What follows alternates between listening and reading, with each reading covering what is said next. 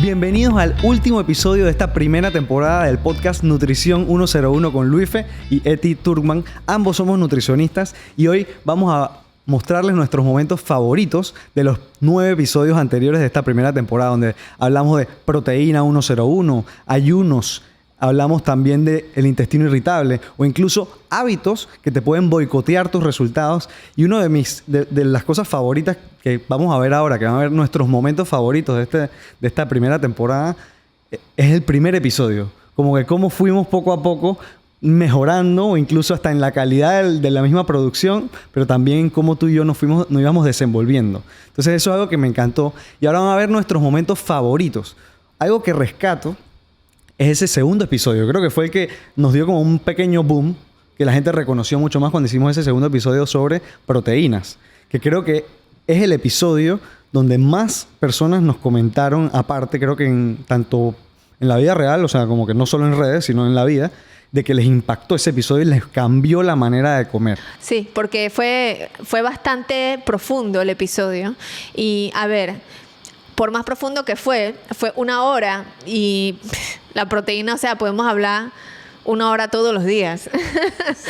Así que bueno, pero ese fue uno de los episodios más profundos que hicimos en un tema específico de nutrición, y queremos seguir haciendo más en cada tema que podamos de nutrición. Así que en verdad, si tienen ideas de temas durante este hiato que vamos a tomar, no es para descansar y ya. Nosotros vamos a estar planificando la próxima temporada de Nutrición 101. Entonces ahora van a ver nuestros momentos favoritos de esta primera temporada y bueno, vamos a darle una pequeña introducción antes de cada tema para que vayan preparándose y entiendan qué quieren ver. Y si quieres adelantarte, lo entiendo y puedes meterte abajo y van a ver links de cada parte que vamos a poner. Cada clip que vamos a poner va a durar entre 5 y 10 minutos, pero sí les digo, si hay algo que te deja como que wow, quiero saber más información, te invitamos, ya sea en Spotify o en YouTube, a que veas el capítulo completo que más te gustó de los próximos que vas a ver. Así que, Eti, ¿cuál es el primero que vamos a ver ahora? Bueno, ya lo dijiste, empecemos con proteína 101. Dale, espero que lo disfruten. Pero hay unas fuentes de proteína que la gente no usa, que tienen otros nutrientes y son un powerhouse. O sea, las sardinas, omega 3. Y tienen... Vitamina D creo que tenían también, ¿no? Sí, algo, sí. Obviamente nunca la cantidad que necesitamos, pero omega 3, dude, es difícil conseguir omega 3 en la dieta. Entonces, tienes la proteína con el omega 3. Belleza. El salmón es una carne un poco más grasosa. O sea, hay que ver que sí. O sea, te estás comiendo un filete de salmón como los que te ponen en el paquete ese, que tú sabes cuál es. Sí, normalmente son 3 onzas. 5 onzas. 5 onzas. El Navy, el que es como azul oscuro. Ajá. Esos son 5. En mi casa son 5 onzas. Yo agarro esa filete y me como 2 tercios y a mi hijo le doy 1 tercio. Ok, está cool.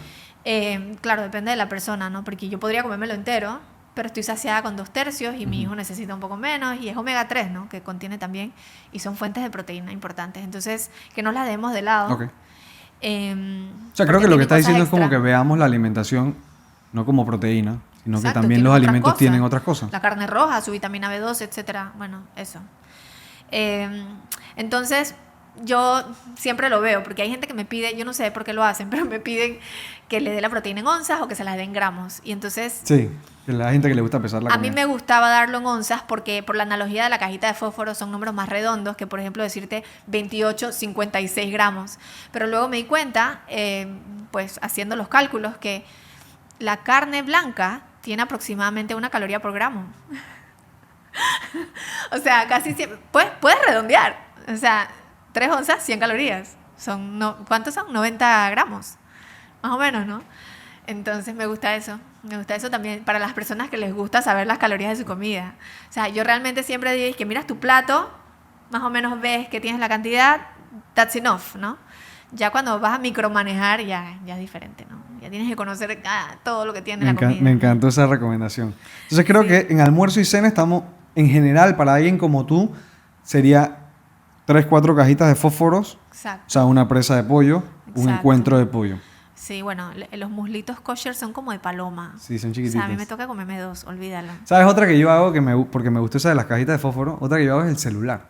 También. Depende, yo miro el celular primero que tienen, porque si tienen un Pro Max, eso es otra cosa. Eso está gigante. No. Pero digamos un celular, yo tengo el iPhone 11 Pro, algo así, hace unos años. Del mismo tamaño que el mío. Eso es como 3 onzas de pollo, si te pones a ver. Sí, si está aplastadita, sí.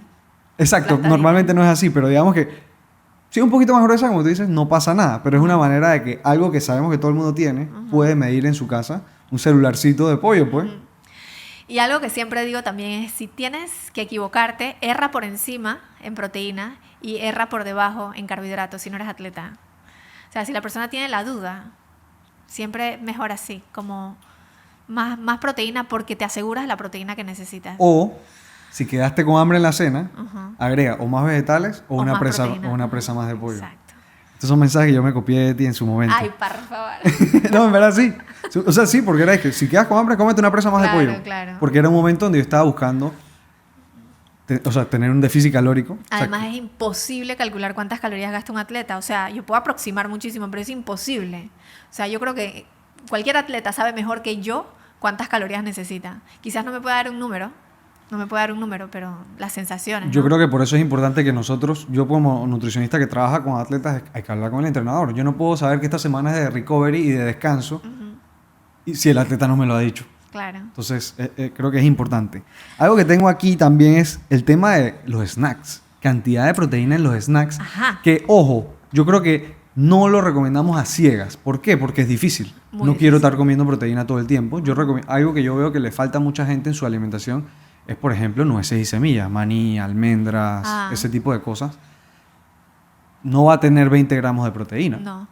Pero va a tener nutrientes que necesitas, va a tener grasas buenas que te van a apoyar en mantener tus niveles de inflamación en el cuerpo, va a tener grasas buenas, va a tener magnesio en algunos casos, como las almendras o el chocolate oscuro. Omega 3 como el walnut, Okay. la nuez esa que parece un cerebro. Las nueces, sí, las nueces. Entonces, no diría que es lo que hay que meterle más mente, pero si ya tienes tiempo intentando tener una buena alimentación, Exacto. estás teniendo estimulación, estás teniendo descanso, tal vez sí te conviene probar teniendo snacks altos en proteína con yogur griego, queso, batido de proteína, o agregar lo que decía yo al inicio, que son los EAAs, que también estimulan la síntesis de proteína muscular sin tener muchas calorías. Muchas calorías, sí. Sí, realmente eso hay que hacerlo eventualmente, ¿no? Yo al principio nunca lo hago, es lo mismo que acabas de decir, o sea, no puedo, o sea... Micromanage, creo que es la palabra que tú dices. Ajá, es demasiado. Entonces, yo siempre les digo, vamos a trabajar las cosas más evidentes y fáciles de trabajar. Y ya luego entonces nos metemos a micromanejar eso, porque la realidad es que, como, no sé si lo has escuchado, pero es un dicho que yo siempre escuché, que mis profesores decían que utilizar ciertas herramientas complejas es como construir la casa por el tejado. O sea, como que, ¿por qué voy a empezar por el techo? Tengo que empezar por las paredes, la base, que es simplemente tener platos de comida balanceados, tener un timing adecuado, o sea, comer en horarios, ¿sabes? Comer cuando está de día, comer cuando haces ejercicio, etcétera, para promover el anabolismo después del ejercicio, y dejar de estar rompiendo fibra muscular como loco. O sea, es una cosa así, ¿me entiendes? Hay que comer a la hora correcta, las cosas correctas, y cuando uno tiene eso, ahí ya yo me voy a meter y que, pero mira, es que tu proteína no tiene 20 gramos de proteína, o sea, tu snack no tiene 20 gramos de proteína. Y creo que tú hablabas mucho del ayuno intermitente alguna vez. Sí. Que mucha gente se cierra con el ayuno sin pensar eso que acabas de decir, que es hablando de timing de proteína. Sí. Si tú haces ayuno intermitente y comes de 10 a 6 de la tarde, de 10 de la mañana a 6 de la tarde, pero entrenas hasta las 8 de la noche, come. Claro. Come después de entrenar. ¿Por qué? Porque tuviste ese catabolismo, y para parar ese catabolismo hay que comer. Es la única forma, creo. Y hay que comer proteína. Este episodio de Proteína 101, creo que una de las cosas claves es que tal vez alguien percibe que al ver este episodio es como, voy a saber cuántos gramos de proteína comer, qué suplemento comprar. Y yo creo que nosotros nos fuimos también como que, eso lo hablamos porque hablamos de gramos de proteína, pero también hablamos de cómo se ve visualmente una cantidad de proteína, qué alimentos tienen buena fuente de proteína, o incluso en qué momentos recomendamos proteína. Y eso es una de las cosas que más me gustó. No, y esta una de parte. las cosas que me mencionaron mucho después de que la gente lo vio y que vino a mi oficina, yo todavía tengo pacientes nuevos que llegan y me dicen, no, es que yo vi el episodio de Proteína 101 y no creo que voy a llegar a la proteína del desayuno nunca porque se desayunaron que un huevo nada más tiene 7 gramos. O sea, porque aquí hablamos también un poco de las cantidades, ¿no? Y eso es súper relevante porque... O sea, yo como nutricionista, cuando yo me enteré hace muchos años cuántos gramos de proteína tenía un huevo, dije, no puede ser. O sea, si lo comparaba yo con otras opciones, uno siempre dice proteína en el desayuno, huevo. No piensa en otras, ¿no? Entonces esto fue como... Wow, o sea, como que a mí me voló la cabeza cuando vi la recepción, más que nada de las mujeres, porque mujeres Sí. de 40 años o más que vienen mucho a atenderse, porque se nos hace súper difícil llegar a las cantidades. No pasa por casualidad.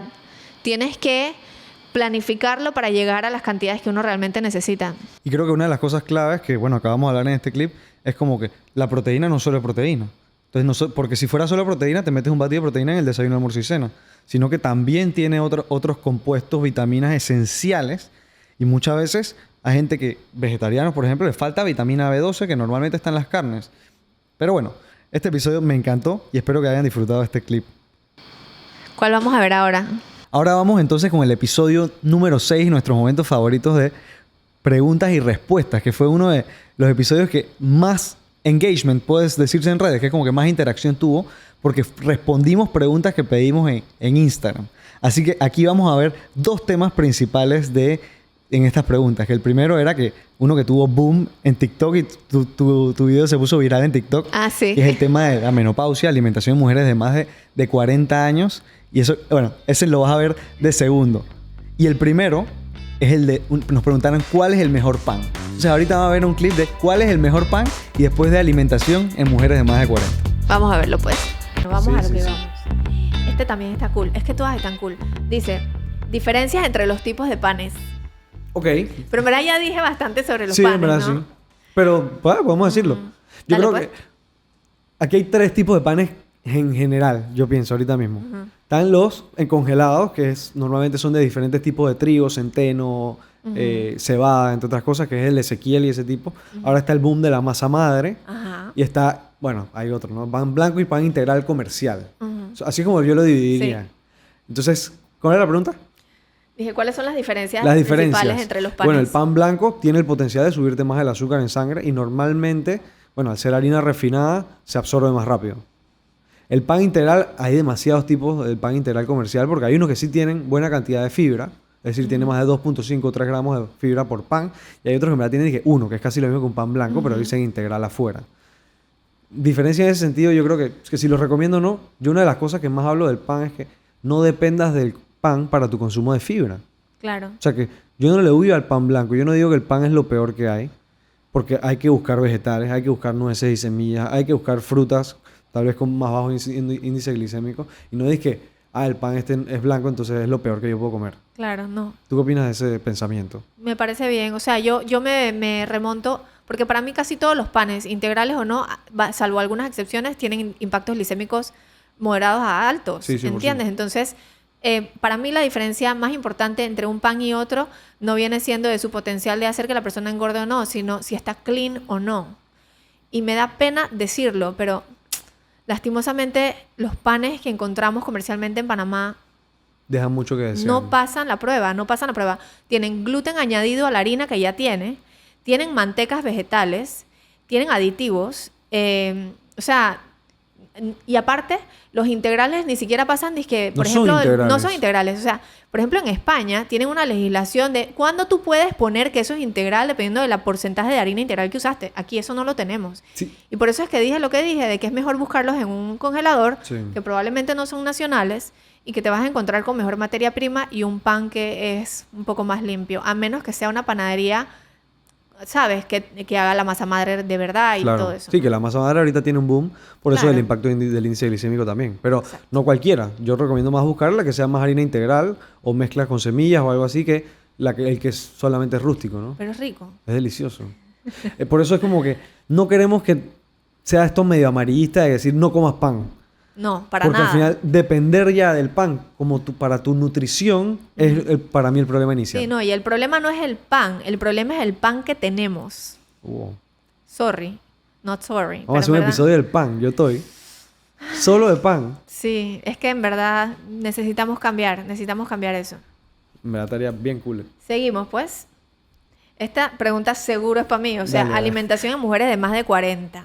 Saben que vas a cumplir años pronto. Ellos saben que yo tengo ¿Cuándo 3x8. cumpleaños? Ya cumplí 4x8. ¿Cuándo cumpliste? Ya el 8 de marzo. Yo no te felicité. No. ¡Qué vergüenza! Tengo 40 años, ¿ok? Entonces, yo no sé, el algoritmo me manda gente. Mi audiencia es de mujeres de 40 y más. Se está muriendo. ¡Qué pena! Relájate. Podemos seguir. Dale. Qué horror. Ok. Luis se olvidó de mi cumpleaños, pero normal. Entonces, voy a decirles cómo debe ser la alimentación en mujeres de 40 años. Mentira, no voy a hacer eso porque es complejo, es bien complejo. Después de los 40 años realmente no pasan muchas cosas. Por ejemplo, yo les puedo decir que hace 10 días tenía 39 y hoy tengo 40 y me siento exactamente igual.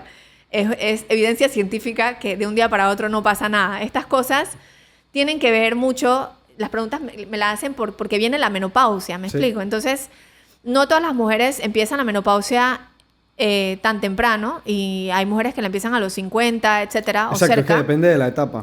Entonces, realmente estas cosas que suceden no suceden a los 40, suceden cuando te estás acercando a la menopausia. Te sugiero que veas a las mujeres de tu familia y vayas observando más o menos cuándo hicieron ese cambio de vida, porque por ahí, más o menos, no te voy a decir que es la misma edad, pero tiene como un componente genético importante. Entonces, para que vayas prestando atención. Pero sí te puedo decir que, como cumplí 40 años hace poco, investigué y encontré 2 papers que me encantaron. No los he leído súper a fondo, pero les puedo decir una cosa que me llamó poderosamente la atención. Y yo soy nutricionista y no debería decir esto, pero el ejercicio es la clave en la menopausia. No existe manera que tú compenses la falta de movimiento, ni siquiera formal, con una buena dieta. No existe la manera.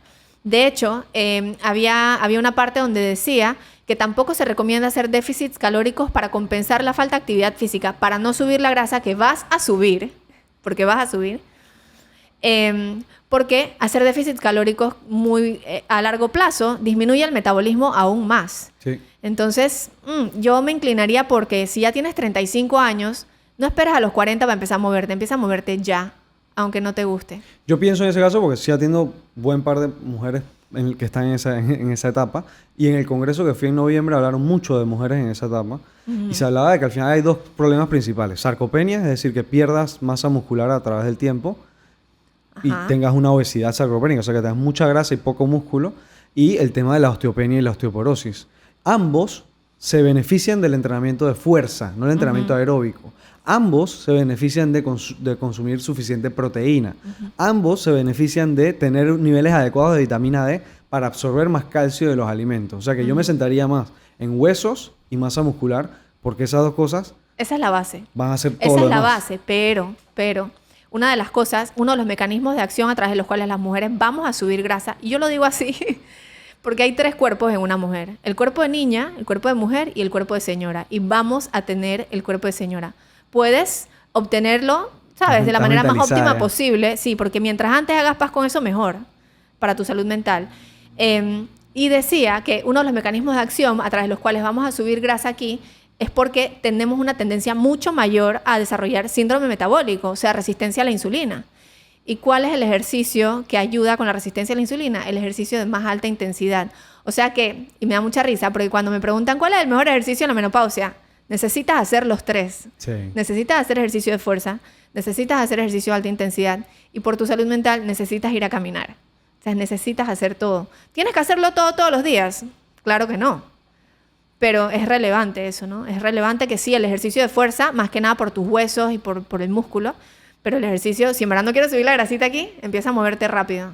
Y yo tengo a mi mamá y mi tía que ya tienen 57 y 60. Bueno, me va a matar que te diciendo su edad, pero bueno. Ya diste la mía Ya, también. Sí, perdón. Bueno, y no te feliciten en tu cumpleaños. Y ahora tienen nietos.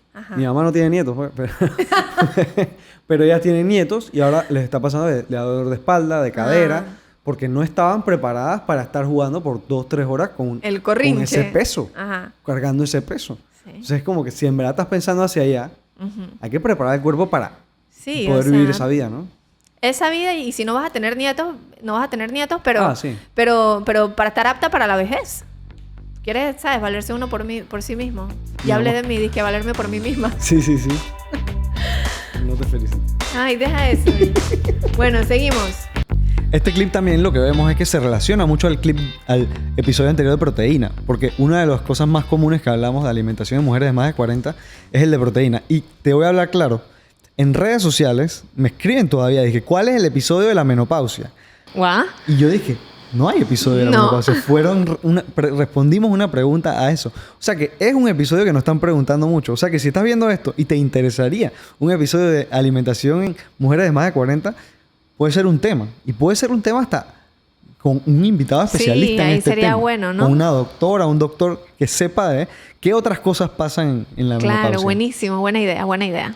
Ese episodio está demasiado rico en demasiada información. O sea, de verdad los invitamos a que, si no lo vieron, ese es el episodio que tienen que empezar mirando, porque es bien abajo, siempre en la descripción, están todos los temas. O sea, que puedes ir directo a, creo que eran como 12 preguntas. O más, yo creo. No sé, Sí. no sé cuántas eran, pero revisen la descripción y van a ver que pueden ir a mirar Y bueno, todo ese eso, episodio ¿no? fue el que nos motivó a hacer nuestro nuevo tipo de programa, Ajá. que se llama Te Respondemos, donde nos hace preguntas en Spotify, en YouTube y te respondemos. Entonces solo tenemos episodios también de 5 a 15 minutos donde respondemos preguntas.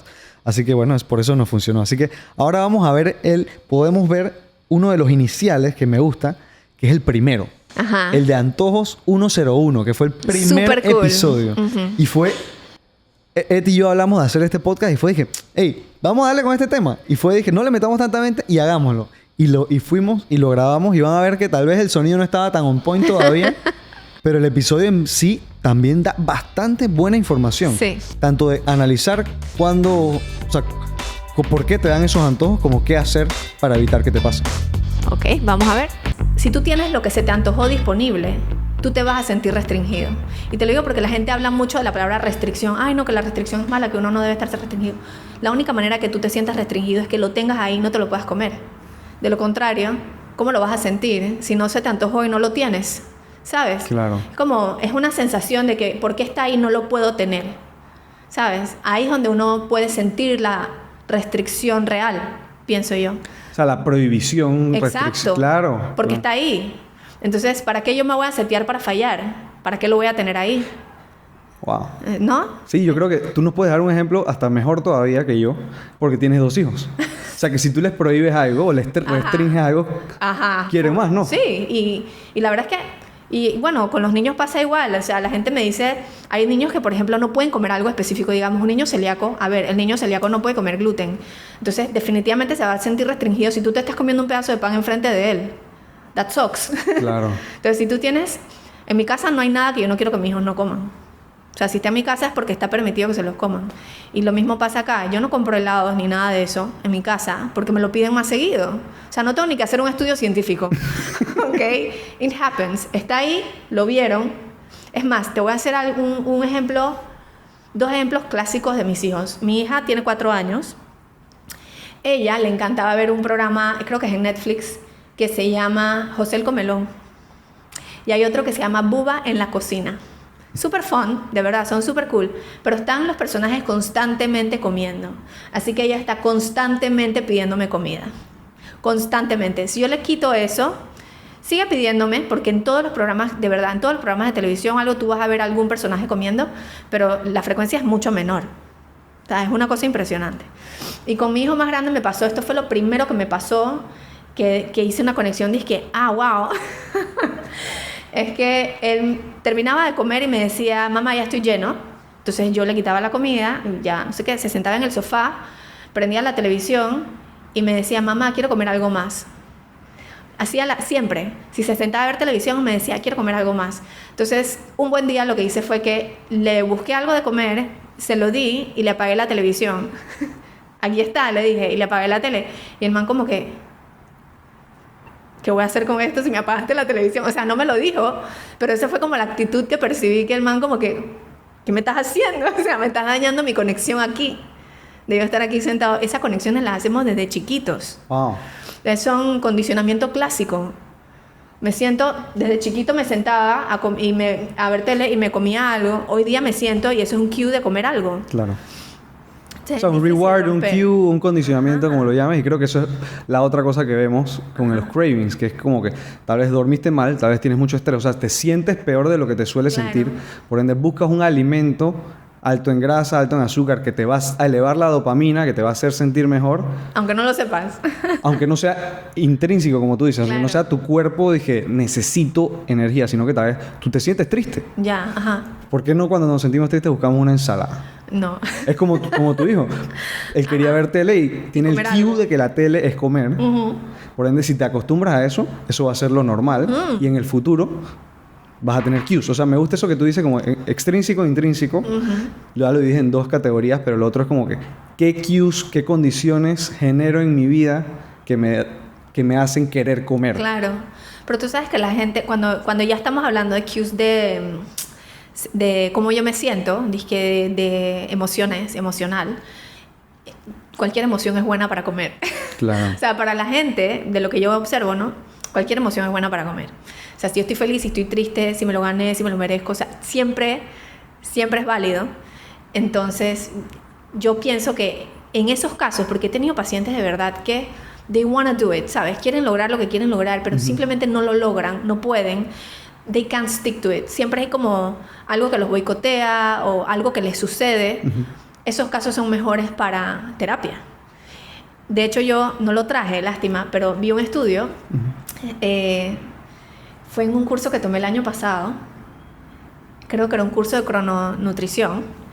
Y decía que hay gente que tiene un gen o una mutación de un gen, que la gente que tiene ese gen les va mejor, o sea, logran mejor sus objetivos nutricionales con terapia que con nutricionista. Wow. O sea, I never bring that up porque yo soy nutricionista. pero it's true. O sea, por eso es que ahorita está mucho la moda de los coach y etcétera. Claro. Que si están bien preparados, yo digo que son un super asset para trabajar en conjunto porque eso es lo que ellos approach, como la parte emocional y otras partes que tendrán que ver, que son las que hacen que la gente coma sin que sea una señal intrínseca. Claro. O sea, triggers. Exacto. Porque tú y yo decimos, bajo sueño, mucho estrés, te sientes triste, pero ¿qué ocasionó estas tres cosas? Tenemos tantas variables, Exacto. tantas situaciones, y más ahora como tal día a día en Panamá, que obviamente eso es la mente, cómo manejo esas emociones, y eso no es lo que nosotros trabajamos. Nosotros Exacto. tenemos como estrategias diferentes, pero, O sea, algo sabemos, pero... o sea, sabemos identificarlo, Exacto. pero tratarlo, A este man le va mejor que haga esto, que haga terapia. Terapia de comportamiento alimentario, no terapia de trastornos de la conducta alimentaria, que no es lo mismo. Que no es que estamos hablando de bulimia, anorexia, no. Estamos hablando de comportamiento. Un ejemplo que no tiene que ver con comida, cuando llegó la pandemia, yo me di cuenta que yo tenía un problema. ok, Yo nunca he tenido ansiedad con la comida, jamás. Mira cómo lo llamé, ansiedad con la comida. Nunca he sufrido así de eso. Pero aparentemente yo hacía mucho shopping online. Entonces yo como que llenaba mi tiempo haciendo shopping online.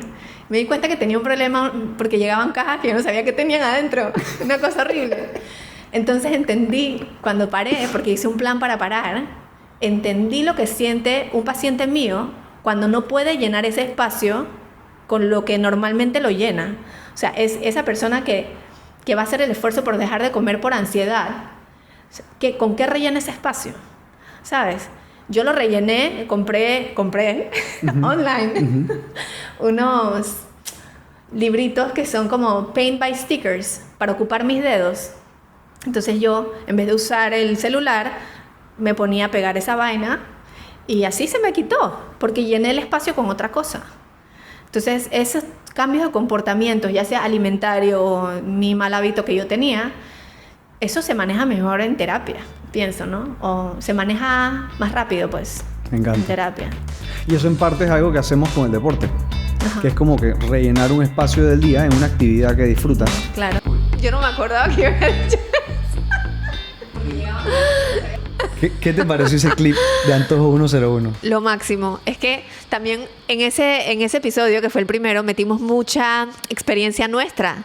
Y, a ver, eso no se aprende en libros, no, eso nada más con Sí, experiencia. aprendemos los triggers. Claro, ¿Qué cosas te causan ajá. un antojo? Pero de ahí a manejarlos en el día a día. Sí, no. Esto fue súper cool. La verdad es que... A mí me gustó estas dos partes, tanto en el inicio y el final, que es como, si lo tienes, te lo comes. Yo siempre doy el ejemplo que a mí me encanta, es que el helado de Dairy Queen. Ajá.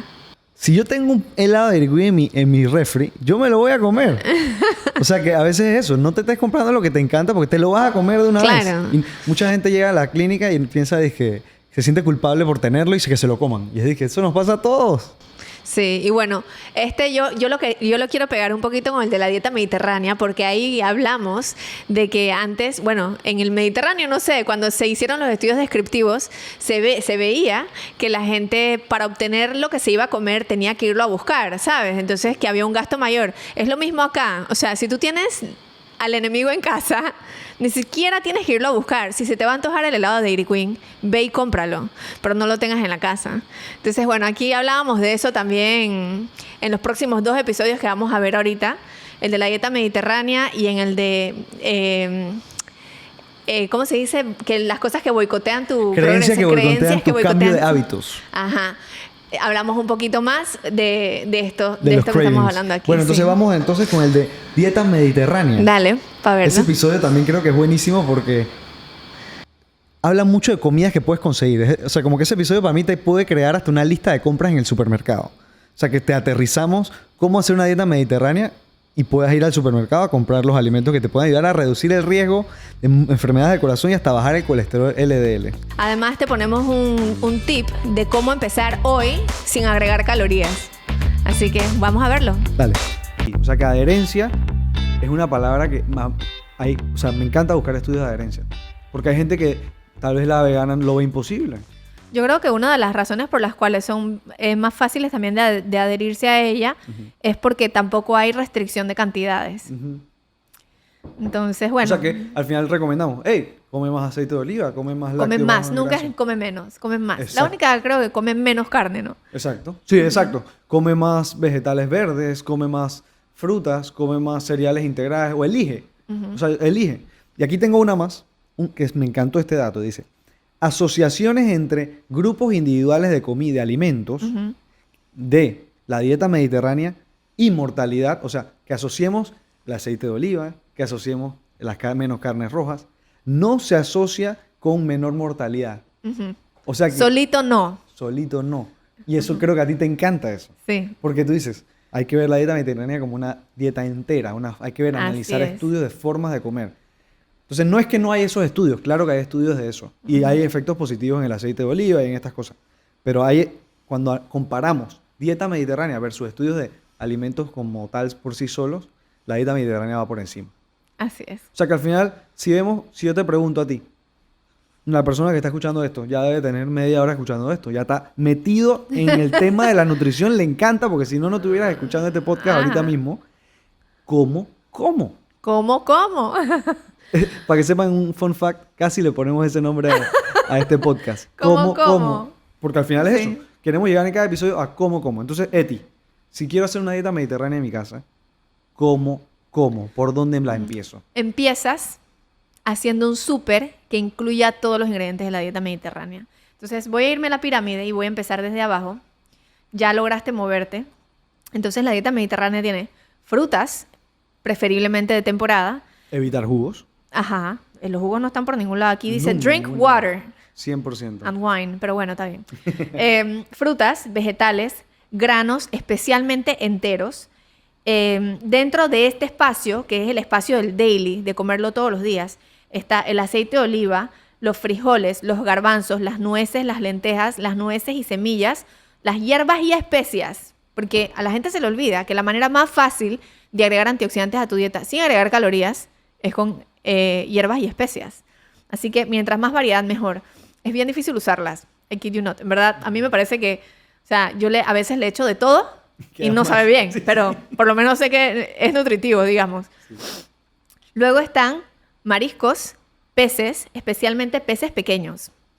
Los peces pequeños tipo anchoas, sardinas y pescados blancos como la corvina, el pargo.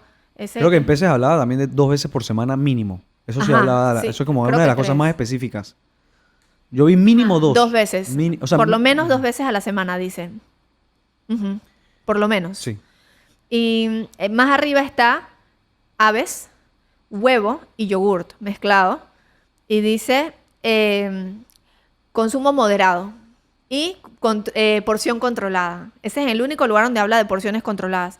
Y bueno, en carnes y dulces. ¿No? Ajá. Sí, es como que... Carnes y dulces.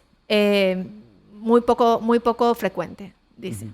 Entonces, esas son las cosas. Dentro de vegetales, aguacate, y también hablaba de que hay ciertas regiones donde existen ciertas cosas y hay otras regiones donde no existen, pero puedes conseguir los mismos nutrientes en otro, por ejemplo, acá se consigue sardinas y anchoas, pero en verdad no son de acá. Pero nosotros las conseguimos. Y bueno, eso, aunque venga en lata, es válido. El otro día tuve una paciente que era del Líbano, creo que era, y me trajo unas aceitunas de su finca. ¡Wow! A mí no me gustaban las aceitunas. ¿No? Probé eso. No, porque no me gustan. Realmente no me gustan. No es que me disgustan tampoco, pero no me gustan. Eso es otra cosa. O sea, el sabor de esas aceitunas frescas, eso no es lo que uno está acostumbrado a comer aquí en lata o en base de vidrio. Me encanta. Es una locura la diferencia del sabor. Sí. Ahora en estos días le estuve recomendando, como estamos hablando tanto de proteína y queso cottage, que a la gente, no todo el mundo le encanta el queso cottage. Se me ocurrió un dip casero. Metes el queso cottage dentro del procesador con un chorrito de aceite, aceitunas, el juguito de la aceituna y no bueno. sé, supongo sal. No lo he probado, se me ocurrió, lo voy a hacer. Dale. Si alguien lo hace, que esté escuchando, nos puede comentar si le gustó. Ponlo en las redes, hazlo en video en las redes. Bueno, lo voy a hacer en video, está bien. Blended y queda como debe quedar como un spread. Y de hecho me dio mucha risa porque se me había ocurrido, se lo dije a una paciente y apareció dentro de las recetas que encontré aquí en Olives, porque aquí habla de cuáles son los key ingredients que uno debe meter en la dieta mediterránea. Entonces, bueno, a la hora de la hora, si tú tienes todos estos ingredientes en casa, puedes buscar o se te pueden ocurrir recetas que nunca habías hecho utilizando esos ingredientes, si sabes algo de cocina, ¿no? En conclusión, agrega aceite de oliva. Oliva, agrega aceitunas. Frutas, agrega vegetales verdes. No significa que los otros colores no, pero los verdes tienen mayor cantidad de antioxidantes. Come más carnes magras, o sea, no tan grasosas. No significa que no tienes que comer las grasosas. Las puedes comer un par de veces al mes, según este tipo de dieta. Come más cereales integrales si vas a comer tipo de cereales. Al final es como que en Italia hacen la pasta de cero también. Pero dime algo, o sea, en la dieta mediterránea hablan mucho del trigo, de los garbanzos, etcétera. Pero ya también leímos que, por lo menos yo leí que la forma como se utilizaban antes era más biodisponible, digamos. ¿Recomendamos eso en el mundo de hoy cuando la gente los cereales, ¿te refieres más que nada? Sí, o sea, ¿cuánto podemos meterlo en una dieta donde el trigo no es el mismo y, ¿sabes? No sé. Y también, como tú dijiste, ahí no lo van a usar, ellos van a caminar, lo van a buscar al mercado, o sea que cuando estás ingiriendo estas harinas que son rápidamente disponibles porque las absorbemos bastante rápido y tenemos azúcar rápido en la sangre, esa gente la usa.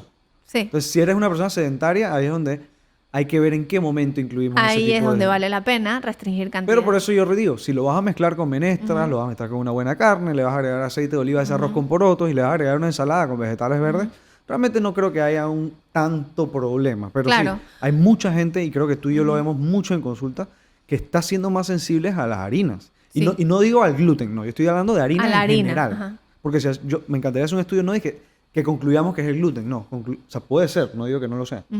Pero yo estoy viendo más temas con harina en general, productos procesados, que concluir de una vez que es el gluten, compra productos procesados altos en gluten. Ajá. Sin gluten, perdón. Exacto, perdón. Bueno, también hablan del limón. ¿Y quién no le encanta? Digo, a mí me encanta el limón. Claro. También hablan del limón como la comida ácida que disminuye el índice glicémico de la comida porque disminuye ralentiza el vaciado gástrico.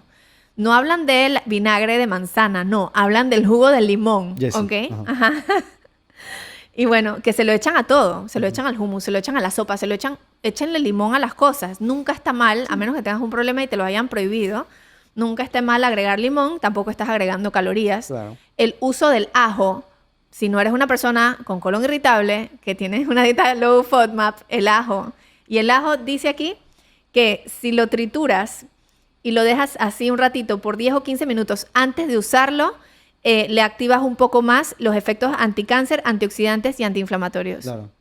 Igual eso ya, como decimos, analizando un poco más esos alimentos y sus efectos, porque también hay miles de estudios y el ajo es uno de los que mejores. Ah, sí, sí, Y sí. en oxidación del LDL, como hablamos en el episodio tan pasado, para mí es el mejor. Me enfoco más en ellos porque, ¿te acuerdas que te dije, ay, vamos a agregar el vino que está en la dieta mediterránea? El vino, aparte que tiene calorías, tiene alcohol, ¿no? Sí.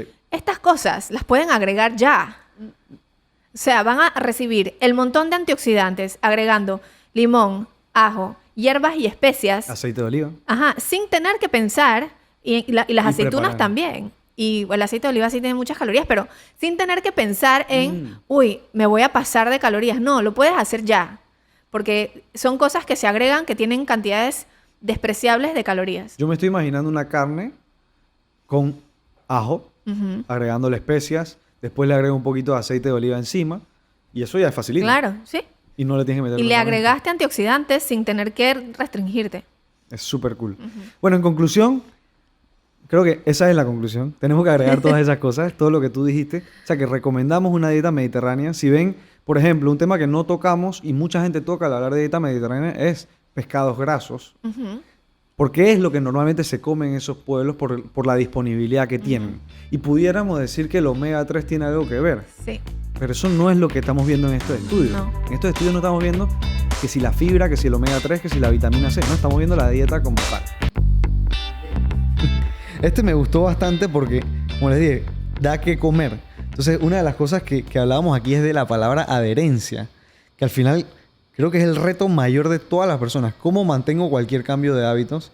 Y creo que en la dieta mediterránea, por ejemplo, en mi caso, es muy fácil agregar aceite de oliva porcionado en mi día a día. Y tú hablaste también en el episodio de el orégano. Todo Sí, ese de tema. las especias, el limón, que hablábamos en este episodio que una de las cosas más importantes como el protagonista de la dieta mediterránea son los antioxidantes, ¿no? Y que es muy fácil agregar antioxidantes sin agregar calorías. ¿Ves? Totalmente. Entonces, el próximo episodio es el de creencias que boicotean tu cambio de hábito. Este fue, creo que, el único episodio que hablamos de mindset.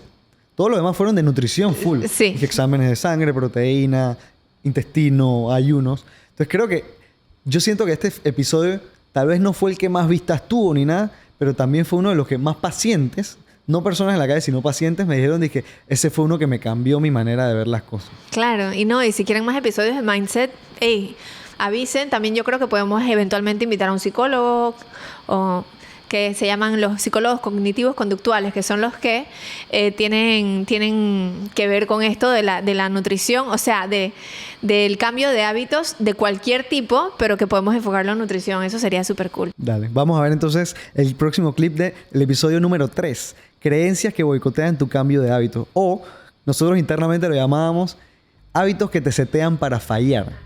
Porque si haces estos hábitos que hablamos durante todo ese episodio, seguramente te vas a condicionar y vas a parar tu progreso. Es más probable que falle, sí. Así que vamos a verlo. Entonces, variedad es una de las cosas que yo analizo Ok. cuando me dicen lo que comen. Dije vitaminas. Ujú. Y ahí ya depende del tipo de Sí, persona, ¿no? tienes razón. Cuando yo propuse ese tema, hablaba del momento. Ok. Y yo, pero claro, o sea, no solamente cuánto, tienes toda la razón. No había pensado yo en la variedad, porque es verdad que si tú comes la cantidad que necesitas de los macros, pero no tienes variedad, vas a obtener los macros, pero no necesariamente vas a obtener los micros. Y eso es importantísimo. O sea, vas a recibir la energía y la materia prima, pero no a los ayudantes, que pues esos son los micros, los minerales, las vitaminas, los antioxidantes, están en la variedad. Esenciales. Ajá. Entonces, cuando hablaba yo del cuándo, es porque yo no quiero decir que es una ciencia emergente, porque tiene un siglo estudiándola, pero, y esto es tema de un podcast entero, de un episodio entero, hay una ciencia que se llama crononutrición, porque es importante el momento. O sea, cuándo comer qué en base a tu ritmo circadiano. Entonces, muchas veces, por ejemplo, yo tengo un paciente que no está dispuesto quizás a comer un poco menos, aunque come mucho más de lo que necesita, o quizás no está dispuesto a variar, o que percibí simplemente en la cita que para él va a ser muy fácil cambiar los horarios. Entonces yo voy a empezar por ahí. Porque solamente cambiar los horarios, sin cambiar las cantidades, le puede reportar un beneficio. Sin que se muera de hambre o piense que se va a morir de hambre. Así que no todo es cuánto. A veces es qué, cómo y cuándo. también. Totalmente. Y todo eso ayuda. Y lo vemos en estudios inclusive, Ujú. que ¿Cómo? y cuándo Ajá. pueden impactar en el cuánto. Clarísimo. Porque si tú Full. comes vegetales, comes más nueces y semillas, comes más proteína. comes más proteína, son 4 tipos de alimentos que te dan más saciedad. Por ende, Comes menos. exactamente. Pero no todo el mundo quiere comer menos. Exacto, no todo el mundo tiene que comer menos, pero entran a la oficina pensando, ya no voy a comer, ya no voy a... Salen de mi oficina pensando, esto no me va a llenar. Empieza, vamos poco a poco. Y bueno, creo que esto conecta al que teníamos como punto 7. A ver. Lo voy a cambiar, sorry por cambiar del orden. Ujú. Pero es saltarte comidas después de haber salido o de Ah. tratar de entrenar más. Porque estamos hablando de casi lo mismo. Sí. De cuánto. Y eso Sí. pasa. Que Sí. dije, bueno, ayer no entrené, ayer fui al cumpleaños de mi primo, entonces mejor me salto el desayuno y como mi almuerzo sin carbohidratos. Exacto. Vamos a dejar claro que en nutrición no hay compensaciones, o sea, eso no existe, es como el sueño, tú ya, no dormiste, no vas a reponerlo. ¿O sí? No sé. No. Yo he visto miles Ah. no No de se estudios, repone. pero de gente especialista en sueño y dije, no, el sueño no se Ya, repone. ya y se eso- fue. Exacto. Bueno, el día de ayer se fue. Igual que en el sueño, igual en nutrición. Se fue y hoy es un día nuevo y empiezas de nuevo y sigues de nuevo. Es como un día a la vez. Creo que esa es la forma fácil, se fue. Pero lo que pasó es que digamos que sí aumentaste tu porcentaje gracias a ese día. Ajá. Ya eso está guardado. Ajá. O sea, que al día siguiente no es de que, eso todavía, o sea, bueno, tal vez al día siguiente en la mañana sí, pero a lo que voy es que tu cuerpo sigue pidiéndote calorías nuevas. Ajá. Entonces, digamos que tú tienes que verlo también, yo recomiendo verlo como 3, 4 días. Ujú. Si de la nada comiste demasiado en un día, no significa que al cuarto día todavía estás reponiendo eso y no te va a dar Claro, hambre. Al claro. contrario, te va a dar demasiada hambre y te estás forzando hasta tener atracones. Exacto. Pero Bueno, y por que ahí va la tengan cosa. claro que la grasa corporal es un tipo de energía lenta y no es fácilmente reclutable. O sea, no es como que voy a quemar grasa ahora. O sea, no. Generalmente si tú te empiezas a apurar y tus pulsaciones van más rápido, vas a estar usando más carbohidrato que grasa como fuente de energía. O sea, que tampoco es disque la mejor estrategia. Te setea para fallar porque te vas a meter un atracón en algún momento si empiezas a saltarte comidas, disque para compensar ayer. Te vas a meter un atracón en algún Fact. momento. Es un fact, sí. Y yo creo que todos hemos probado eso. Todos. O sea, y ahí es donde yo veo como que tratamos de educar en ese tema. Ujú. Y somos expertos en ese tema. Y me ha pasado también. Claro. O sea, es que salí, comí bastante la noche y en verdad me desperté en la mañana, 10 de la mañana, con una pereza y no comí. Ajá. Pero me va a pasar, me dieron ganas de comer demasiado más en la cena. Claro. O sea que, y dije, claro, no desayunaste. Entonces fue empoderado que me pasó. Ya. Y todo depende del momento. Lo peor yo creo que es no cuando sucede. Dices que ay, me paré tarde, ya voy directo al almuerzo. Es cuando lo haces, Consciente. voy a saltarme el desayuno. Ya eso ya. Es el mindset que te lleva a saltártelo, lo que creo que es un problema. Porque si simplemente pasó que te levantaste tarde y no te lo comiste, no es que tenías hambre, simplemente no te lo comiste, puede ser que haber hecho eso te setee para fallar el resto del día y te metas un atracón. Pero agrégale el agravante de lo hice a propósito. O sea, es un comportamiento, digo, yo no soy psicóloga, pero es un comportamiento de... Es compensación, ¿no? Ajá. O sea, como que con el tiempo, Castigo, si un se castigo. repite, exacto, esto te lleva a desórdenes, ¿no? Es que me castigo quitándome comida porque Sí. comí mucho. Exacto. Wow. O sea que tratar de comer bien es un castigo. Ajá. Wow. Ajá, míralo tú. Wow. Sí, solamente en el mundo de hoy se piensa que la palabra dieta es algo negativo, cuando realmente debería ser como mi forma buena de comer, ¿no? ¿Qué es dieta? La forma de comer. por eso, ¿qué es dieta por definición y qué es dieta en redes sociales? Por definición, la dieta a corto es mi modo de comer. En redes sociales puede ser cualquier palabra sucia. O sea, para mi concepto, dieta es una palabra sucia en redes sociales. Tengo muchísimo cuidado en usarla. Tenemos que usar plan de alimentación. Sí. Yo que le llamo para- guía de alimentación. Guía de alimentación, algo así. Es lo mismo. Pero a la hora de los mameyes, o sea, yo quiero que tú comas como te puse en el papel. Eventualmente, quiero que esa sea tu dieta. Sí. No es que quiero que estés a dieta. Exactamente. Wow, sí, es verdad. Y ahí es donde ves, dije, en verdad, el lenguaje, lo importante del Ah, lenguaje. sí. Ujú. Porque en verdad eso es full lenguaje, eso es una Sí, sí, composición sí. de lenguaje, no es de otra cosa. Exacto. Pero bueno, entonces viene el otro, que es... Me peso todos los días. ¿Sabes qué? Yo creo que esto nos lo traemos de... Yo no sé qué promoción fuiste tú. Yo fui la 8ª promoción en Panamá, lo que indica que nada más habían 8 promociones antes y las otras nutricionistas que venían antes venían de afuera. Ya Sí. lo hablamos en el segundo episodio. Y entonces antes la nutrición la llevaban médicos que estudiaban algo de nutrición o endocrinólogos, ¿no? Porque eso era parte de endocrinología. Entonces, como antes bajaban tanto peso en la cita, o sea, entre una cita y la otra bajaban 10 libras, 15 libras, o aún sin ir a hacer esos planes alimentarios que a veces eran como muy restrictivos, tú te restringes un montón y bajabas un montón, entonces bajar 6 libras aparentemente no es nada. ¿Ves? Entonces llegan a la oficina pensando, no, o sea, nada más bajé 6 libras. ¿Para qué voy a seguir haciendo esto si antes bajaba 15? Ya, te setea para fallar. Yo sí mando a mis pacientes a pesarse de vez en cuando, dependiendo del paciente. Les pido que se pesen solamente los viernes en la mañana. Después de hacer pipí, por favor.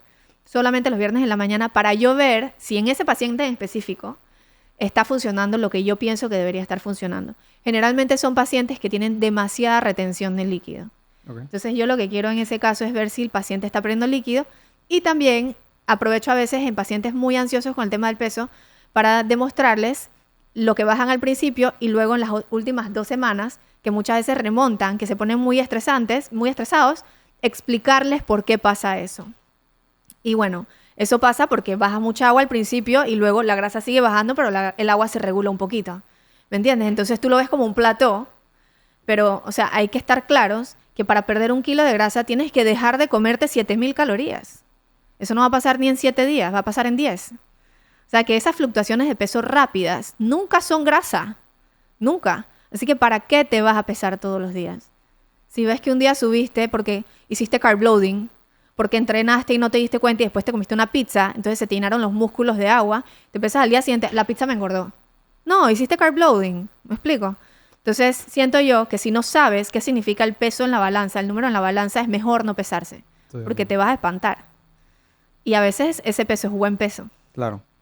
Creo que aquí hay 2 puntos. Uno es, por ejemplo, cuando la gente come low carb, bajo en carbohidratos o hasta keto, entonces bajan de peso rápido. ¿Por qué? Claro. Porque el músculo tiene glucógeno, que es el tipo de carbohidrato del músculo, y eso retiene agua. Exacto. Por ende, al quitar los carbohidratos, pierdes agua y glucógeno unido a eso, pero principalmente el peso es en agua. Carbohidratos, agua, carbohidratos. El carbohidrato está en tu músculo con agua. Eso tiene que estar claro. Ya, prosigue. 100%. No, me encanta. Pero a lo que voy es eso. Entonces, quitas los carbohidratos, bajas de peso rápido. Claro. Mucha gente, eso fue más que nada creo que en 2021, donde estaba como más pegado. Ajá, creo que la dieta keto. Ajá. Y mucha gente después, cuando involucró carbohidratos, subió de peso. Ajá. Entonces, esa explicación me gusta, porque entonces tienes 2 conclusiones posibles ahí. La científica, que es, recuperaste los carbohidratos del músculo. Claro, de una. Y la otra es, los carbohidratos engordan. Ajá. Que en este caso no fue así, porque déjame decir algo. Si los carbohidratos que te comiste son capaces de entrar a tu músculo y guardarse ahí, no se están convirtiendo en grasa. Tienes menos resistencia a la insulina en el músculo, el carbohidrato logra entrar al músculo y se guarda como carbohidrato, glucógeno muscular, energía rápida disponible rápido para que te muevas rápido, y tú crees que engordaste cuando eso no es grasa. Esa es energía fácilmente reclutable, opuesto a lo que te dije al inicio, que es que la grasa no es energía que puedes usar cuando te dé la gana, o sea, es energía más difícil de reclutar, es energía más lenta. Entonces, si tú estás a dieta, no comiste carbohidratos porque te quitaron los carbohidratos o te los quitaste, y de repente te comiste una pizza y subiste de peso, nunca es grasa. Siempre es carbohidrato, agua dentro de tu músculo. Chances are de que siempre es agua dentro de tu músculo, a menos que tengas un problema severo de insulina, digamos, y te inflamaste también. O sea, pero casi siempre es agua. Entonces no vale la pena estar pesándote a cada rato. Y la otra es, depende de lo que hacían antes también. Como que tengo pacientes que no entrenaban. Yo les hice mucho énfasis en hacer ejercicios de fuerza, gimnasio o ejercicio con su propio peso, que no hacían antes, pero ellos quieren quemar grasa, o sea, que quieren, digamos, una alimentación hipocalórica. Ajá, ok. Pero a veces tienen algo de memoria muscular y pueden aumentar masa muscular y al mismo tiempo bajar de grasa. Pero si te pesas, ¿qué pasa si yo gané 2 libras de grasa? Perdí, 2 libras de grasa y gané 2 libras de músculo. Pesas lo mismo. Pesas lo mismo. Y llegas frustrado un mes después a la clínica, dije, no pasó nada. No bajé nada, pero hice todo y no bajé nada. ¿Qué pasó? Pero ¿cómo te queda la ropa? Ay, sí, la ropa me queda diferente. Me siento mejor. Y es como que hay que reconocer esas otras señales. Claro. Entonces, no ponerle todo el peso a la balanza no dice nada, o me peso todos los días, porque eso es lo único que a mí me dice si estoy recibiendo resultados o no. O sea, no podemos delegar nuestras sensaciones a aparatos como esos. Algo que yo saco mucho de este episodio es que son dos palabras. Una es micromanejar. Es como que el micromanejar todo puede abrumarte y eso se te da para fallar o boicotea tu cambio o tu progreso porque te estresas de que, chuzo, por ejemplo, el tema de que la gente quiere hacer dieta y hacerlo al 100% todo el tiempo. Es como, tú no puedes hacer nada del 100% del tiempo. O sea, que vas a dejarlo de hacer en algún momento. Y lo otro, además de micromanejar, es como tener una expectativa irreal. Que estoy seguro que a ti y a mí nos ha pasado con pacientes que esperan bajar 15 libras en un mes y bajan 7 o 3 full de grasa y sienten que no bajaron lo suficiente. Claro. Entonces, lo que hicieron no les funcionó. Y yo siempre trato de que lo vean como que... Imagínate que eso fuera una tendencia cada 6 meses. Si sigues así por 6 meses, ¿dónde vas a estar en 2, 3 años? Claro, así mismo es. Y bueno, en verdad, creencias que boicotean tu cambio de hábitos, se nos puede ocurrir una cada día, en verdad. Aquí hablamos de las que nos recordamos ese día, de las que preparamos, pero en verdad, setearte para ganar es súper importante antes de empezar cualquier cambio de hábitos, especialmente si lo quieres hacer a largo plazo, como hablamos en este episodio, buscar un cambio a la vez es lo que normalmente vemos que más funciona. Así que lo del todo o nada, que lo hablamos en este episodio, esperemos entonces que la persona no piense que o lo hace todo o mejor no hace nada, ¿no? Totalmente. Uh-huh. Y algo que yo rescato ahí es que podemos hacerte un episodio nuevo en la próxima temporada en vez de creencias que boicotean tu cambio de hábitos o progreso, al revés. ¿Qué creencias hacen que la gente se mantenga más a través del tiempo y pueda mantener ese cambio de hábitos? Buenísimo. Porque también lo vivimos. Sí. O sea, tenemos casos donde hay gente que mantiene por años. ¿Y ese tipo de gente qué características tiene? Eso sería bien interesante. Si te interesa eso, nos lo puedes dejar aquí abajo. Bueno, pero ya que estamos hablando de esto y estamos hablando de que no es todo nada, mejor hablamos ahorita vamos a mostrarle el episodio de FODMAPs, del intestino irritable, donde en verdad no hay flexibilidad. Vamos a ver que en el protocolo FODMAP sí vas a tener que setearte para fallar, en el sentido de que vas a tener que tratar de hacerlo perfecto, pero lo bueno es que no dura mucho tiempo. Vamos a verlo. Y mucha gente se mantiene en la parte 1, así que vamos a ver qué tal es esto. Y cuando hablamos de FODMAP, bueno, chequea el episodio y vas a entenderlo un poco más, así que espero que lo disfrutes. Realmente mi recomendación principal, si quieres aprender qué alimentos son altos, medios y bajos en FODMAPs, yo recomiendo el app que se llama Monash, M-O-N-A-S-H, Monash Food University. Tiene un precio, no es gratis, tiene un precio como de $9 y me encanta. Tiene este logo azul con un intestino negro. Me encanta que pongas así. Sí. Entonces, sí, esto es como una manera más confiable, porque si hay una actualización de algún FODMAP que se incluye algún alimento nuevo o se cambia la porción, la van a actualizar en el app. Y este app es hecho por la universidad que creó el protocolo FODMAP. Entonces, es realmente lo más confiable y yo trabajo con ese app en mi consulta. O sea, yo lo mando. Cuando hablamos del protocolo FODMAP, yo lo mando. Insisto, eso lo vamos a tocar después. Entonces, creo que entramos a otra parte que nos gusta. A ver. ¿Cómo es ese protocolo? Porque ya hicimos un intro de todo lo que conlleva el protocolo, qué no, qué alimentos sí, en general. Pero, ¿en qué consiste el protocolo y en cuánto tiempo se hace este protocolo? Yo lo tengo dividido en 3. Primero es reducir FODMAPs, es decir, reducir todos los alimentos que son altos en FODMAPs por 2 a 6 semanas. Y lo que buscamos, yo realmente lo recomiendo un mes, como para tener un periodo fijo donde realmente lo hagan. No digas, bueno, comí 2 veces a la semana fuera. En esta primera parte del protocolo no somos flexibles. Creo que casi siempre en todos los planes de alimentación que mandamos somos flexibles, que come 1 o 2 veces a la semana fuera y no pasa nada. Claro. Pero en este no. Claro, porque es que esto no es una dieta y recuerden que dieta es modo de comer. Este no es un modo de comer para toda la vida. Esto es un protocolo con un objetivo específico. Es una dieta de eliminación, provocación, para poder ayudarte a manejar mejor tus síntomas. Manejar los síntomas. Muchos creen que porque mejoraron este primer mes ya se quedan con eso toda la vida. Ajá, pero no. Así que terminen, no se vayan sin terminar. Hagan el protocolo completo, totalmente. Sí, a mí me da un dolor si una persona hace el protocolo y después ya no quiere seguir como las otras partes. Y entiendo lo difícil que puede ser, pero eso, insisto, lo tocamos después. Entonces, la primera parte es reducir por 2 a 6 semanas los FODMAPs, donde buscamos que tú tengas por lo menos un par de semanas sin gases, o sea, sin síntomas. Eso es lo que buscamos. porque esos síntomas son una reacción de las bacterias del intestino hacia estos alimentos. La segunda parte es la reintroducción, o sea, donde viene la parte del miedo, donde volvemos a introducir alimentos que tal vez te caían mal antes. Pero no introducimos cualquiera, sino que tiene un orden. Y aquí es donde a mí me gusta mucho el app, donde el app tiene el protocolo de reintroducción y te lo divide por cada tipo de FODMAP. Entonces, al poner la reintroducción ahí, por ejemplo, digamos, esta semana empezamos con el fructán, con un poliol y empezamos con el aguacate. El app te va a decir cuánto aguacate comer el primer día, cuánto aguacate comer el segundo día, cuánto aguacate comer el tercer día. Porque en esta reintroducción, que puede durar hasta 12 semanas, se introduce un alimento nuevo cada 3 días y el cuarto día hay como un descanso, creo que tú le llamabas. Sí, como una limpia. Una limpia. Sí, donde no, eso hay que hacerlo, ¿te cayó bien o no te cayó bien? O sea, hay que hacer la pausa. Ok, y ahí vemos si ya lo tolera o le provoca síntomas. No empezamos de una vez con 2 tazas de ese alimento, sino con una porción pequeña, al día siguiente una más alta. Uh-huh. Y al final, nosotros... Esto es una dieta estricta, creo que eso viene. Esto es una dieta estricta. Sí. Esto es una dieta estricta. Entonces, no es que queremos que la dieta sea demasiado estricta, pero esto buscamos controlar tus síntomas.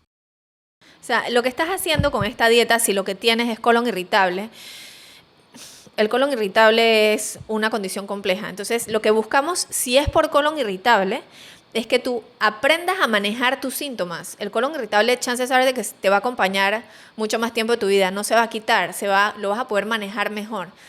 Si se habla de SIBO, es otra cosa. O sea, cuando se manda esta dieta con el protocolo para SIBO, lo que sí se busca es eliminarlo por completo. O sea, en teoría, si haces la dieta FODMAP junto con el protocolo de medicamentos, en teoría desaparece el SIBO y puedes volver a tu normalidad. Con la dieta para colon irritable, o sea, la razón por la cual hacemos el protocolo FODMAP en colon irritable no es porque se va a eliminar el síntoma por completo, es para que aprendas a manejar tus síntomas. Entonces, eso es importante porque las expectativas son una cosa seria. La gente piensa que de por sí ya no va a tener más, nunca se le va a inflar la panza y eso no, lastimosamente no es así. Lo que se busca es que mejore muchísimo y que te sientas más cómodo, pero muy probablemente vas a tener que seguir como prestándole mucha atención a eso. Claro. O sea, las lentejas seguro te van a seguir dando gases, solo que no a un extremo donde tienes una barriga como de embarazada y te sientes mal. Y que te duele. Quizás encuentres esta cantidad de lentejas que al comértela un día sí, 4 días no te ocasiona nada. ¿Ves? Entonces como que tienes toda tu vida como para ir encontrando ese balance para ti. Pero es muy importante que la persona, y esto es complicadísimo, no le coja miedo a esas comidas porque tienes que comerlas. O sea, si queremos volver a rebalancear tu microbiota, tienes que comerlas eventualmente en las cantidades que toleres. ¿Qué es la microbiota? ¿En serio? Bueno, son todas las bacterias que están en tu tracto gastrointestinal. Y bueno, en verdad la microbiota incluye todo el cuerpo. Pero ahorita mismo la microbiota intestinal. Sí, ajá. Estamos hablando de precisamente esa, pues, de lo que está desde la boca hasta el final. Ya. Y se dice que tenemos hasta 4 trillones de bacterias. E incluso una vez fui a un congreso y hablaban de que las bacterias pueden controlar nuestros pensamientos. ¡Qué miedo! Sí, porque al final dice que nosotros actuamos en base a la comida. Y las que tienen hambre no eres tú, sino las bacterias. Es súper loco, pero eso va más. Y el tercer punto, o sea que hablamos de... Primero reducimos FODMAPs por 2 a 6 semanas. Después reintroducimos un alimento cada 3 días. Y el cuarto día descansamos para ver cómo te va. Por ejemplo, el ajo, empiezas comiendo un cuarto de diente de ajo, la mitad de un diente de ajo y así. Ahora, antes de que sigas el tercero, perdón. Me imagino que están pensando es que, wow, no voy a terminar nunca la segunda fase. ¿Cuándo voy a yo a reintroducir todos los alimentos? No, realmente lo que buscamos es introducir 1, 2 o 3 alimentos que tienen fructosa. Y si los toleras los 3, probablemente toleres todos los que tienen fructosa. Y así nos vamos con cada FODMAP. No es que vas a tener que introducir todos uno por uno. Muy importante. Claro. Bueno, sí, no hablamos de esa parte, es verdad, tienes toda la razón. Porque sí, si yo introducí el aguacate... Si yo introduje el aguacate, que tiene sorbitol, y me cayó horrible, yo puedo suponer que los otros alimentos con sorbitol me van a caer igual. Claro. O sea que Sí, eso creo que es la parte más importante. Y ahora al que lo revés pienso. también, o sea, si comí 3 alimentos que tienen fructosa y todo bien, entonces probablemente la mayoría con fructosa me van a caer bien. Igual, por ejemplo, el gozo, el lactoligosacario que está en las menestras. Tal vez empezaste con la lenteja y te dio síntomas el primer día. Y lo consumiste con la indicación de Monash, del app, de cuánto es la porción del primer día. Puede que te dé gases. No significa que eso está mal tampoco. Lo que no queremos es que sea una incomodidad, hinchazón abdominal a otro nivel, distensión abdominal, que es la palabra correcta, y tal vez tengas diarrea de una Sí, vez. que perturbe tu día, ¿sabes? Si te da un poquito de gases y te tiras par de peos, no pasa nada. Pero sí creo que esta en verdad es la parte diferenciadora. Esta parte de reintroducción, lo que queremos entender es a qué FODMAP, o sea, qué FODMAP te afecta negativamente a ti. Exacto. Que puede ser que sea uno de los 6, o pueden ser los 6. Este episodio, este es mi favorito. El episodio de intestino irritable es mi favorito porque siento que es como el que más nos preparamos y nos preparamos en comunicarlo de forma sencilla para personas que pueden tener esta condición, que en verdad es bastante común. Creo que tal vez en redes sociales o en cosas no va a tener tantos clics, tantos comentarios porque no todo el mundo se va a sentir identificado con tener esta condición, pero en verdad lo vivimos. Y al final también lo digo, como existe la diarrea presente en esto, hay mucho tabú de que si la tienes o no. O sea que entiendo por qué no hay tantos comentarios en el video. Ya. Porque hay un tabú alrededor de Ajá. ir al baño. Sí. Es que es verdad. Entonces, en verdad, ese es mi favorito. Entonces, Eti, ¿cuál viene ahora? Bueno, yo diría que vamos a ver el de exámenes, porque, bueno, exámenes, ¿qué exámenes te haces en colon irritable? Lo hablamos ahí. Sí, exámenes de sangre es una de las cosas más importantes en nutrición. Cuando, por ejemplo, si... ¿Ah? Sí. Es que me miraste raro. Es una de las cosas más importantes porque a veces si no vemos un progreso o la persona ha cambiado sus hábitos pero no vemos un progreso, los exámenes son los que nos puede decir. Sí, nos ayuda a medir. Exactamente. Es otra métrica aparte de MPC y no vi resultados, ¿no? O sea, nosotros vemos resultados impresionantes. Sí. En sangre y a veces la persona también, llega mucha gente que no tiene nada, ¿no? Dicen que el que busca encuentra, ¿no? Y entonces encontramos algo sobre lo que trabajar para tener un tipo de, yo siempre lo digo, nutrición más proactiva en vez de ser reactiva, ¿no? Si yo estoy viendo que la persona está teniendo colesterol alto, aunque esté joven, no tenga factores de riesgo cardiovascular, eso nos ayuda a nosotros a dirigir la terapia nutricional. Totalmente. Entonces, este episodio es bien específico para todo tipo de personas. Entonces, bueno, vamos a ver qué tal este clip. Y hay una diferencia muy grande entre rango normal y rango óptimo funcional, ¿ok? El rango normal, para que lo sepan, es basado en grandes grupos de personas potencialmente sanas. O sea, y por eso es que hay laboratorios que tienen diferentes rangos. O sea que, porque me pasa mucho que el paciente me dice, le digo, ¿y cómo está tu colesterol, azúcar, ácido úrico, presión? Me dice, todo me salió bien. Claro, porque es que en el examen que él vio, que no me trajo, no hay asteriscos ni nada en rojo. O sea, está todo dentro del rango, which is great, porque eso me dice que quizás no hay una enfermedad o no hay un problema que es inminente, que lo arreglemos ya, pero no me habla de prevención, no me habla de si está o no dentro del rango óptimo. Por ejemplo, en el tema del azúcar, el rango normal es hasta 125, pero el rango óptimo es abajo de 100 y tampoco debe estar abajo de 75. O sea que el rango normal difiere un poquito del rango óptimo. O en tiroides, el rango puede ser de 0.25 a 4.25, pero el rango óptimo es entre 1.8 y 3. Entonces, una cosa son los rangos normales, que están basados en grandes poblaciones sanas, y la otra cosa son los rangos óptimos, donde en tema de nutrición nos ayuda a ver prevención, no si hay una enfermedad o no, y nos ayuda, sí, a dirigir la terapia nutricional, y también ver si el paciente va a reaccionar a la dieta con normalidad. Eso es todo, ¿no? Entonces, no sé, ¿qué quieres decir de la glicemia? Bueno, yo creo que los rangos es lo más importante. Buscamos que la glucosa en ayunas esté debajo de 100 como un nivel normal. Ya arriba de 100 puede ser un indicador de resistencia a la insulina, no de diabetes, porque no es lo mismo, sino que la hormona, la insulina, que es, digamos, la llave que abre la puerta a la célula para que entre el azúcar y tengas energía, tiene que estar, buscamos que esté debajo de 100. Y más de 125 o 140 en algunos casos buscamos que, o sea, eso ya indica que puede haber un problema de diabetes. ¿Ves que estoy hablando de que puede ser? Es porque los nutricionistas tampoco estamos para diagnosticar. Exacto. O sea, nosotros no te vamos a dar un diagnóstico de diabetes. Sí te podemos decir que puede haber resistencia a la insulina porque no es un diagnóstico como tal, pero no es que nosotros te vamos a diagnosticar. Seguramente te vamos a referir después de darte igual una terapia nutricional para corregir eso. Pero sí, yo diría que lo principal es eso. Cómo llegaste, el ejercicio, la comida de la noche antes y entender que buscas estar debajo de 100. Que si estás en 75 versus 88, no diría que es gran diferencia. Bueno, hay una cuestión interesante en cuanto a la progresión a la diabetes. Por eso es que por lo menos yo mando el examen de glucosa acompañado del examen de insulina en ayuno. Mira, el examen de glucosa me dice cómo está tu azúcar ya, pero no me dice cuántas unidades de insulina se requirieron para mantenerla ahí. Entonces, muchas veces, cuando la persona ya se hace el examen de glucosa y ya le sale arriba de 100, 120, 115, qué sé yo, probablemente la progresión fue que la persona lograba mantener su glucosa normal y no le llamaba la atención, quizás con más cantidad de insulina de la que normalmente se necesita. Entonces, si nosotros nos adelantamos para prevención, como digo, nos adelantamos a hacer el examen de glucosa en conjunto con la insulina, nosotros podemos realmente evaluar cuánta insulina se necesita para mantener la glucosa en rango. Sí, es que la glucosa puede estar en rango por mucho tiempo. Con insulina cada vez más alta. Exacto. Y eso con el tiempo también hace que pues haya más... Eso es resistencia a la insulina. ¿Qué es resistencia a la insulina en forma sencilla? Bueno, a mí me encanta explicarlo así, lo dijiste clarito. Yo siempre digo que el carbohidrato que nosotros nos comemos tiene 3 posibles destinos en el cuerpo. El número 1 es que se utiliza porque estás en movimiento. Bueno, y tú sabes que los glóbulos rojos y nuestro cerebro siempre usa glucosa, así que probablemente esas cantidades que se usan... Glucosa igual a azúcar, ¿no? Ajá. Van a estar en uso constante.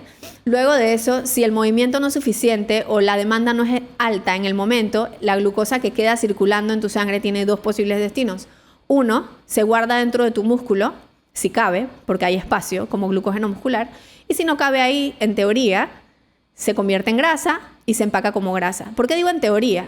Porque la persona sin resistencia a la insulina, si hay espacio en su músculo, esa glucosa se va a guardar ahí. Pero si hay una persona con resistencia a la insulina, puede haber espacio en el músculo y la glucosa llega con la insulina y la insulina le toca la puerta al músculo y le dices que, oye, músculo, aquí está la glucosa, ¿puede entrar? Y el músculo le dice que no, porque él es resistente a la insulina. Entonces le dice que no y aquí hay espacio, pero no. Y se convierte en grasa igual. Entonces eso es la resistencia a la insulina, es selectiva. Ojalá fuera en todos los tejidos, pero no. Uno de los tejidos, el que nosotros estamos targeting cuando decimos queremos disminuir la resistencia a la insulina, es que el músculo pueda recibir el carbohidrato adentro de él. Entonces, eso es lo que llega a suceder, ¿no? Y entonces, ¿qué hace el cuerpo? Produce más. Necesitamos más llaves, más babysitters que lleven la glucosa al músculo y toquen la puerta y les pida, ¿puedo entrar? Porque a veces va a decir que sí, a veces va a decir que no. Si no tienes resistencia a la insulina, probablemente solamente tenga que ver con la cantidad que comas. Me explico, si no te excedes de la cantidad, entra al músculo y listo. Y no se convierte en grasa. Pero en casos con resistencia, puedes no estar comiendo de más. Y igual la glucosa se convierte en grasa y se empaca como grasa. Puedes no estar comiendo de más. Me encanta Puedes que no digas, estar comiendo de más. Me encanta que digas eso porque ahorita está el mundo de glucose goddess y del tema del azúcar en sangre y se piensa que la única razón por la cual puedes tener diabetes o resistencia a la insulina es por comer un exceso de carbohidratos, cuando no es así. No solamente es por eso. O sea, hay miles de mecanismos. ¿Sabrá Dios cuántos? Sí, hay demasiadas maneras de tener resistencia a la insulina. Yo les voy a poner un ejemplo sencillo. Yo tuve una infección pulmonar en octubre, como por 3 semanas. Wow. Sí, estuvo larga y complicada, pero bueno. No fui al hospital ni nada, pero digamos que la tuve. Y yo por curiosidad, porque yo sé que cuando uno tiene una inflamación normalmente, hay resistencia a la insulina. No necesariamente en el músculo, pero hay resistencia a la insulina en general. Y yo tenía una inflamación pulmonar. Yo no estaba comiendo un exceso de carbohidratos. Yo no estaba con exceso de grasa corporal en ese momento. Y yo me hice hemoglobina glicosilada, que al final es el promedio de tu glicemia en sangre de los últimos 3 meses. Y salió elevada, en prediabetes. Wow. Pero eso lo podemos explicar. Eso no significa que yo tenga prediabetes. Significa que, como tuve tanto tiempo con una inflamación, tuve resistencia a la insulina por mucho tiempo, por ende la concentración de glucosa en sangre, es decir, el azúcar que no se absorbió en la sangre, estuvo alta por mucho tiempo. Circulando por ahí, tocando los tejidos, tocando la hemoglobina y volviéndola pegajosa. O sea que yo le diría a ustedes, si tuviste un resfriado en la última semana, no necesariamente me haría un examen de estos. Claro. O sea que eso es otra cosa adicional a cómo comes Y eso es como un fun fact, ¿no? Sí. Pero es porque te puedes asustar por algo que no tenía ni Pero sentido. es que eso es, ya que lo dijimos, la hemoglobina glicosilada, nosotros, o sea, se mide la hemoglobina porque ese es uno de los tejidos que se llenan, o sea, que siguen circulando, que al estar el azúcar alta en sangre se ponen pegajosos, se glicosila, se llena de azúcar. Esto es un ejemplo y es fácil de medir. Pero realmente, ese es el problema de la diabetes. Si tú tienes azúcar circulando por tu cuerpo en grandes cantidades, no solamente se glicosila la hemoglobina. Todos los tejidos que va tocando la glucosa en exceso lo va poniendo, lo va dañando y lo va poniendo pegajoso. Y esto es un indicador. Nos dice que algo, o sea, ese es el problema real, que se mantenga alto en sangre y no lo podamos bajar. Entonces, si vemos azúcar en sangre o la salud de tu azúcar en sangre, vimos glicemia en ayunas. Eso ya hablamos de cómo es. Junto con la insulina. Vimos hemoglobina glicosilada, que es el promedio del azúcar en sangre de los últimos 3 meses. Así es. Que normalmente queremos que esté debajo de 5.7. Normalmente, por un estado sano. Si estás resfriado con una infección, no recomiendo que te midas eso. Claro. Y eso es una de las cosas rutinarias que yo pudiera mandarle a todo el mundo. Sí. Para ver cómo está su salud a nivel de azúcar En general, en claro. sangre. Entonces, me gusta eso porque también me dice cómo está su alimentación o cómo responde su cuerpo hacia la absorción de carbohidratos en general. Y sí vemos problemas de absorción de carbohidratos bastante en Panamá. Entonces, es algo interesante, es algo esencial en hacerte una primera cita. La glicosilada yo no la mando, pero el de glucosa e insulina muchas veces sí lo mando porque a mí me llegan muchos pacientes que han intentado bajar de peso y no pueden. Entonces, uno de lo principal que yo reviso cuando la persona intenta hacer un plan nutricional contando calorías y no le funciona es porque hay un problema metabólico, generalmente insulina o resistencia a la insulina o un problema de tiroides. Entonces yo sí los mando. ¿Por qué? Porque no te voy a hacer una dieta low carb o para resistencia a la insulina si no te lo tengo que hacer, si no lo vi en el examen. Me da pena, imagínate. Totalmente de acuerdo. Por eso, entonces, digamos, hablamos de glicemia ayunas, hemoglobina glicosilada y viene el tercero, que es insulina. Porque creo que no quiero que lo hablemos así por encima. Okay. O sea, por eso lo mencionaba los otros dos. Insulina es importantísimo. Sí. Y para mí nos dicen más que los otros dos. Pero no todo el mundo tiene que hacerse insulina todo el tiempo. Pero es muy bueno. O sea, yo digo que es muy bueno para monitorear. Y es un problema común. Entonces, ¿sería bueno hacerte un examen de insulina en ayunas si estás escuchando este podcast? Bueno, si eres una persona que de repente, de la nada, comiendo lo mismo que siempre, ejercitándote lo mismo de siempre, de repente y de la nada empiezas a sentir que estás subiendo de peso sin control, algo raro pasó, ¿no? Podría ser resistencia a la insulina, te podría mandar el examen de insulina, en ese caso. Si eres una persona que quiere un pantallazo un poco más profundo de tu salud y puedes pagar sin seguro, sin una receta médica ese examen, yo me lo haría, porque yo quiero salir de la duda de una vez. No me gusta a veces, cuando el paciente ya vino a verme, ya está invested, ¿sabes? No quiere que yo le dé la información a cuentagotas. Prefiere que yo le diga todo lo que necesito, ¿no? Y en la mayoría de los casos, cuando es gente que ha intentado antes y no lo ha logrado, me ha reportado el beneficio. Casi siempre. ¿Que ha intentado qué? Que ha intentado perder peso, por Ok. ejemplo, y no puede. Casi siempre me sale algo en la insulina. Casi siempre me sale, para que sepan, el rango normal de insulina es hasta 25. Pero el rango óptimo es abajo de 10. Entonces, muchos exámenes lo dicen, no todos los ajá, laboratorios no todos lo lo dicen. dicen. ¿Qué quiere decir eso? Que, ¿se acuerdan que les dije que la insulina alta hace que acumules más grasa, que no sé qué, porque es que se queda circulando y no se puede quedar circulando el azúcar? Entonces el cuerpo la guarda, ese mecanismo de guardar el azúcar que circula en forma de grasa, es un mecanismo que nos ayuda a que eso no se quede circulando dañando los tejidos. Es importante tener ese mecanismo. Pero si yo necesito demasiada insulina y mi insulina está crónicamente elevada, voy a estar crónicamente en fat storage. O sea, la insulina es una hormona que manda dos grandes mensajes por el cuerpo. Son mensajeros las hormonas. Y los dos grandes mensajes son: acumula grasa y no la quemes.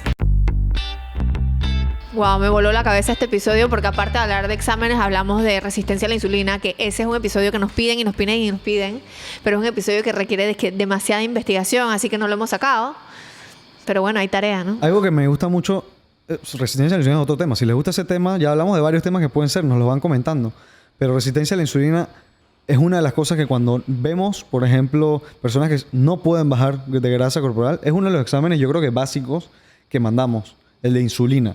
Solo que hay criterios específicos en este video. Entonces eso fue bien interesante, me encantó. Sí, me encanta. Y ¿Cuál bueno, es el próximo episodio? no sé, vamos a hablar, no sé, de ayunos 101. Dale. Vamos a ver Vamos ese. para allá. Ese episodio de ayunos me encanta también. Y es algo que tú has hablado bastante a través de los episodios, como un poquito en cada episodio, que es el tema de cómo uno debe comer con el sol. Ajá. Sí. O sea, cómo no vas a comer cuando es de noche, porque el cuerpo está hecho para comer cuando es de día. Y eso es una de las cosas que, si yo te puedo decir, una conclusión que yo saco de ese episodio es esa. Sí, claro. Y es algo como, pareciera como intuitivo, pareciera como, claro, obvio, Eti, ¿cuándo más voy a comer? De día. Pero no, en la práctica, la gente suele comer de noche por la circunstancia, por el trabajo, por la vida, ¿no? Sí, si vienes después del trabajo y entrenas tarde, vas a comer a las 9 de la noche. Pero eso también lo hablamos. Pero ahí lo hablamos, pues que no podemos estar haciendo ayuno por el afán de hacer ayuno, ¿no? O sea, hay gente que se le da, hay gente que no se le da, hay gente que le funciona, hay gente que no le va a ayudar. Tiene que ver el capítulo para... Vamos a ponerle un vamos a ver pedacito. clip, pues.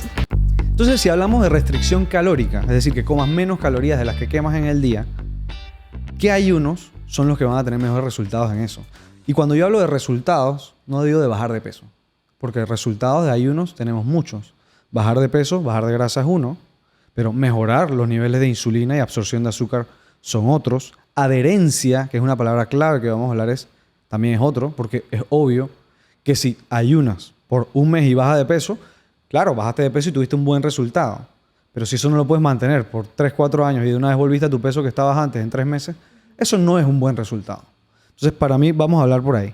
Entonces, ¿qué tipos de ayunos son los que más comunes que pueden lograr esta restricción calórica?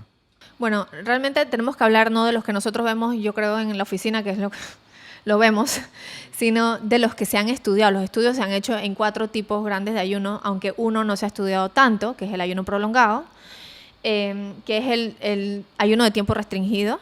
Luego está el ayuno de, ¿cómo se llama? ¿De días alternados? De días alternos.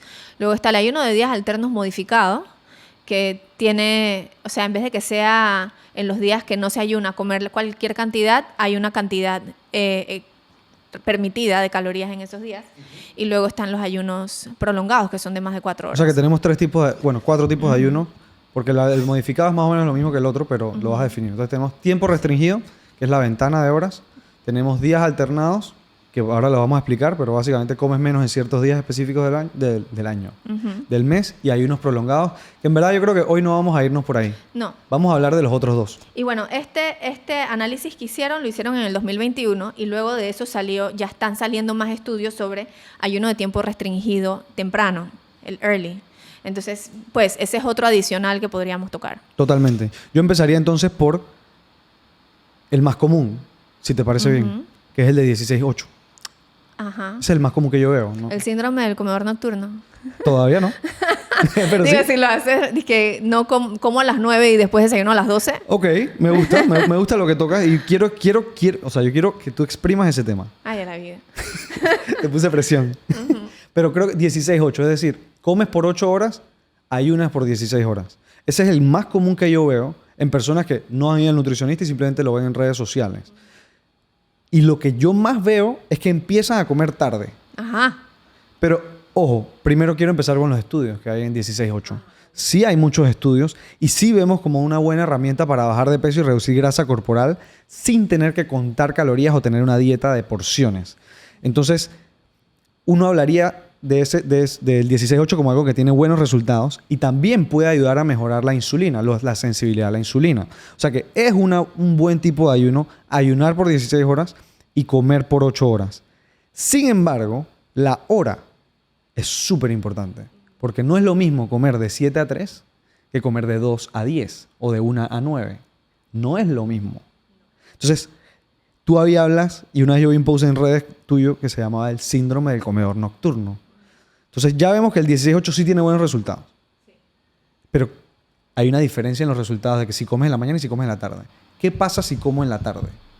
Bueno, realmente si hay una restricción calórica, probablemente igual veas beneficios, porque recuerden que si la persona pierde peso, disminuye el riesgo de absolutamente todo. Si es una persona con sobrepeso que necesita perder peso. Entonces, hay casos donde le damos prioridad a la restricción calórica y buscamos la manera más fácil para el paciente de lograrlo. Entonces, muchos pacientes ya comen así y pues en mi caso yo a veces intento... Depende del paciente, si no está ahí porque quiere, quizás o lo mandó el doctor o algo así, intento que el plan nutricional con el ayuno se parezca lo más posible a lo que él ya hace. Entonces, si con ese tipo de alimentación, y especialmente si es hombre, yo voy a lograr que él coma menos y pierda peso, probablemente lo use. Para mí hay mejores opciones. Creo que lo que estás diciendo, lo que yo capto, es que estás comparando con qué. ¿Comparado con qué? Claro. O sea, que un ayuno de tiempo restringido donde comes en la noche es mejor a un descontrol de la alimentación donde comes por 16 horas seguidas. Ajá. Okay. Eso es como lo primero, ¿no? Ajá, y no conforme con eso, o sea, digamos que la persona ya vino, pero no lo estoy viendo y pareciera que no va a tener muy buena adherencia, entonces intento de que no se sienta a dieta, sino que él sienta que está haciendo lo mismo, solo que pues le enseñé sus cantidades. Entonces trato de no mover eso, porque de vuelta es una herramienta más. Entonces, uno tiene que saber cuándo usar esa herramienta. Cuando las uso, cuando creo que mi paciente lo va a hacer. Claro. No le voy a sugerir algo que se va a sentir, no, yo no puedo hacer eso. Sí, no es que... Sí, y me atrevería a decir que casi el 90% del tiempo, 95% del tiempo, no es que sugerimos el ayuno de tiempo restringido en la primera consulta. Uh-huh. O sea, hay casos, obviamente, pero yo lo digo porque tenemos que conocer cómo es la persona adoptando hábitos nuevos. Claro. Y estos hábitos, cuando tienen una ventana así, como el ayuno, puede desordenarse otras cosas de su alimentación. Claro. Por lo menos eso es lo que yo pienso. Yo tengo en mi consulta, claro, vienen un montón de mujeres y muchas veces, mira, la primera pregunta que yo hago a mi cita, ¿has ido al nutricionista antes? La mayoría ha ido. Hay unas que me dicen, he hecho todo. Y no bajo. Y no bajo. O no me gusta o me aburro. Siempre, o sea, hay algo, ¿me entiendes? Sí. Porque si te sientes a dieta, si estás haciendo algo, eventualmente lo dejas de hacer. Sí. ¿Me explico? Entonces, por eso es que mi lema es ese, que no te sientas a dieta, pues, para que la persona no sienta que está haciendo un esfuerzo. Entonces, en esos casos, pues, ¿para qué voy a volver a hacer lo que ya hizo? Entonces, en esos casos, yo sugiero el ayuno de tiempo restringido, pero si eres mujer, yo voy a intentar de que sea temprano. Nunca me vas a ver a mí sugiriéndole a una persona. Hoy, por ejemplo, vino una y me dijo, mira, ella tenía problemas de glucosa. Le arreglamos todo, o sea, le fue súper bien, bajó súper bien, llegó noviembre y se me perdió, diciembre, por ahí, y regresó hoy. Y me dice, estoy comiendo así, he perdido peso y no sé por qué, mi glucosa, o sea, todo se le desordenó y estaba comiendo el desayuno tardío y se saltaba el almuerzo. Y se iba directo a la cena, pero a las 7, 8 de la noche. Y entonces sí, bajó de peso. Pero no tenía control de nada. Se la pasaba así como en la noche con el síndrome del comedor nocturno, como te digo, etc. Y evidentemente no estaba funcionando para el control de sus glicemias, porque ella necesitaba mantener energía sostenida en lugar de picos y bajones, que era lo que le estaba pasando. Entonces, en casos como esos, ella me dijo, quiero que me cambies así. Antes de que yo hablara, me dice, quiero que me ajustes la dieta para este patrón nuevo de alimentación. Y le dije, de ninguna manera. Yo creo que es primera vez que yo le digo a un paciente que no voy a hacer algo, que en otros casos le hubiera dicho, claro que sí. Me explico, pero en este caso era un no. Entonces a ella le dije que de ninguna manera, porque voy a apoyar yo que tú tengas este desorden, vamos a tener que regresar a como estabas, porque estabas perfecta. Y evidentemente, sí, es verdad, yo me sentía mejor. Le pasaba que no iba a hacer ejercicio, porque su ejercicio era en la tarde, y yo le digo, ¿cómo vas a hacer ejercicio si te estás muriendo de hambre? ¿Sabes? No, es que no tengo ganas. ¿Cómo vas a tener ganas si no comes en todo el día? Si no tienes energía. Entonces, claro que influye en todo lo demás. Es un poco difícil hacer estos estudios y aislarlos de la restricción calórica, pero ¿por qué tendríamos que hacerlo? Si es una consecuencia natural de comer mejor, ¿sabes? La persona come menos. Claro. Creo que me gusta lo de hablas del desorden. O sea, yo creo que es cuando lo recomendaríamos rápido o cuando lo recomendaríamos. Eso es lo que yo analizo. ¿El desorden? Sí. No. Que analizo en mis pacientes, antes de recomendar algo así, si tiene un orden en su día con su alimentación. Yo tengo otro cuento similar de que llegó de que, hey, estoy haciendo un reto. No he hecho ejercicio y no he podido seguir el plan que me mandaste. Y cuando yo escucho eso de una vez como que, no puedo seguir, pongo entre comillas, no puedo seguir el plan que me mandaste. que para mí es no seguir el 100% de lo que me mandaste. Claro. Que nunca. Yo espero Nunca. que alguien siga algo el 100%. Es como que, si yo te voy a leer un libro, yo espero que te leas el libro en un día. No.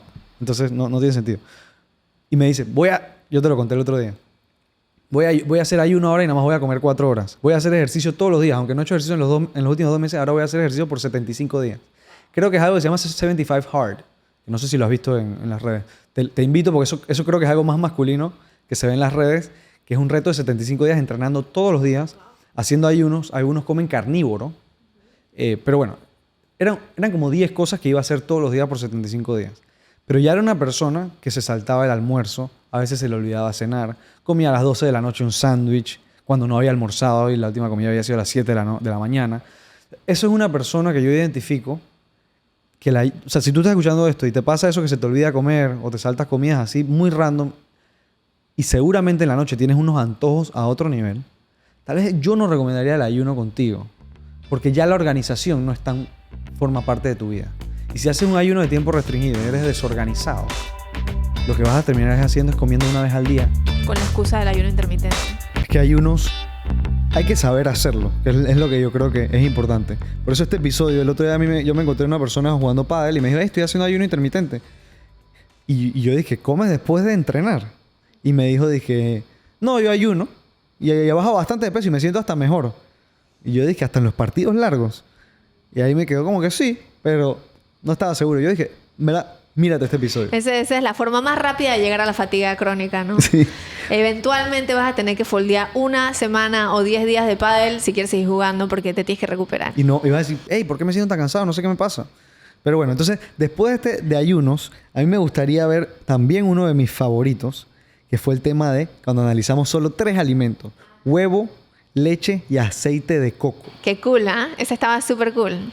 Este clip lo escogimos porque el aceite de coco es una de las cosas que más gente tiene como, no dudas, pero están seguros de que es bueno. Ajá.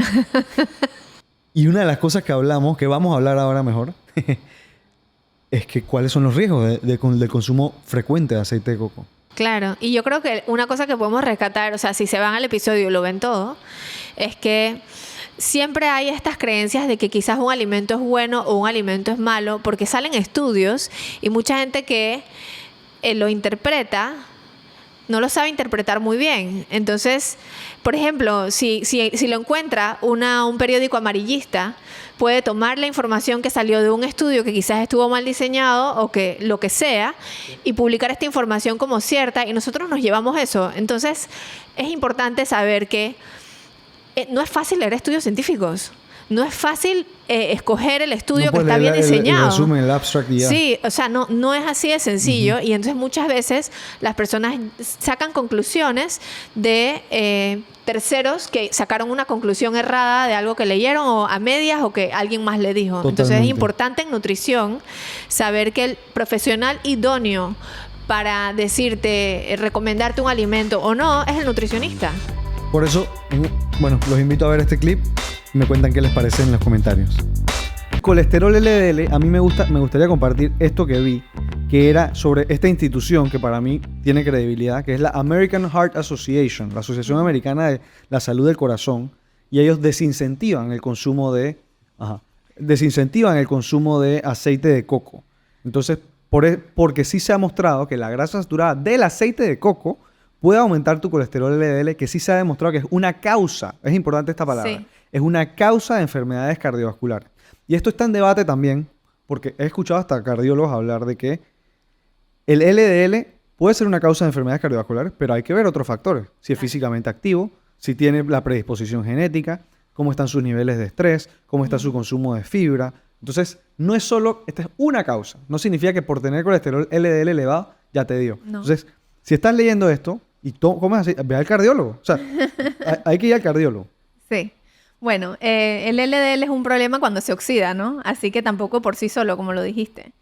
Y bueno, mientras más alto está, es más probable que se oxide. Yo sí leí que es aterogénico el tipo de grasa que tiene el aceite de coco. Así que para mí, definitivamente, no es la mejor opción. Yo esperaría que la persona utilice casi que cualquier otro aceite de uso común antes que el aceite de coco. Ese es mi take sobre esto. Bueno, cuando hablamos de que en parte aumenta el colesterol LDL, es que es aterogénico, ¿no? Exacto. Entonces sí, tengan cuidado con esa parte porque sí hay un efecto directo de más riesgo de enfermedades cardiovasculares con el consumo de aceite de coco. E incluso, yo te lo comenté antes, y es este estudio que se hizo en Estados Unidos y me encantaría hacerlo en Panamá, que se reportó que el 72% de los americanos decían que el aceite de coco es un alimento saludable, mientras que el 37% los nutricionistas dijeron, o sea, el 37% de los nutricionistas dijeron que era un alimento saludable. O sea, que es como que, ¿por qué hay esta creencia de que es un health food, una comida saludable? No voy a decir por qué. Si los expertos no lo incentivan, ni los cardiólogos ni los nutricionistas. Y ahí es donde uno queda como que, Esa creencia vino desde que vino la dieta keto. O sea, desde que fue el boom de la dieta keto. Ok. Ahí empezó todo. Y empezó a modo de telefonito roto. Y está ligado a las otras dos cosas que mencionaste al inicio. Que fue porque los ácidos grasos de cadena media. ¿Y por qué fue? ¿Por lo otro? ¿Qué fue lo otro que dijiste? Bueno, hablamos de ácidos grasos de cadena media, aguanta temperatura. Por lo que aguanta temperatura. Bueno, eso. Llegó de ahí. Cuando se hizo, fue el boom de la dieta keto, entonces vino un montón de gente a decir que es que el aceite de coco es bueno porque tiene ácidos grasos de cadena media. Y así nos quedamos. Nadie indagó más. Y el detalle es que sí, el aceite de coco tiene ácidos grasos de cadena media. No tengo aquí nada para mostrarles, pero imagínense que la grasa del cuerpo, las grasas son como una cadena de eslabones. Imagínate un montón de clips de esos que uno pone en los libros, así como... una cadena. Te vas a sacar el collar, está muy bien. Bueno, entonces cada uno de esos eslabones, digamos que es un carbón. Y los ácidos grasos, hay ácidos grasos de 6 carbones hasta de 22, 24 carbones. Son de cadenas más largas, muy bien. Bueno, el aceite de coco tiene bastante cantidad de ácidos grasos de cadena media. Es la mitad. Pero tienen los de 12 carbones en mayor cantidad. Okay. Son un poco más largos. O sea, no son los ácidos grasos de cadena media que realmente tienen el beneficio que se le encontró a los ácidos grasos de cadena media, que es lo que dijiste al inicio, que se saltan un paso cuando van a metabolizarse, a obtener energía de ellos, y aparte son buenos para obtener cetonas o cuerpos cetónicos. Entonces, eso es lo que pasó. Realmente el aceite de coco tiene mucho más ácidos grasos de 12 carbonos en vez de tener más ácidos grasos de 6 y 8 carbonos, que son los que realmente reportaron los beneficios. Entonces, ¿nosotros qué hacemos? Como es muy difícil aprenderse toda esa información siendo no nutricionista, yo escuché la información y dije, el aceite de coco es bueno. Y ya, y me quedé con eso, y se pasó la información, pero no precisamente porque los nutricionistas pasamos esa información. Espero yo. Totalmente. O sea que básicamente recomendamos los triglicéridos de cadena media, los MCT, los Medium Chain Triglycerides en inglés. Sí. ¿El aceite de coco tiene MCT? Sí. Pero eso no significa que porque los MCT son buenos, o sea, para tu salud metabólica, y el aceite de coco tiene MCT, el aceite de coco es bueno. ¿Ves cómo esas conclusiones no van así? Exacto. Porque tiene, no significa que es súper rico en los que hemos visto que tienen beneficios. Exacto. O sea que sí recomendaríamos un suplemento de MCT. Este clip me llamó mucho la atención porque creo que explica ese amarillismo que tú dijiste. Es como... Es muy fácil decir, los MCT, que son una parte, que forman parte de los aceites de coco, es bueno.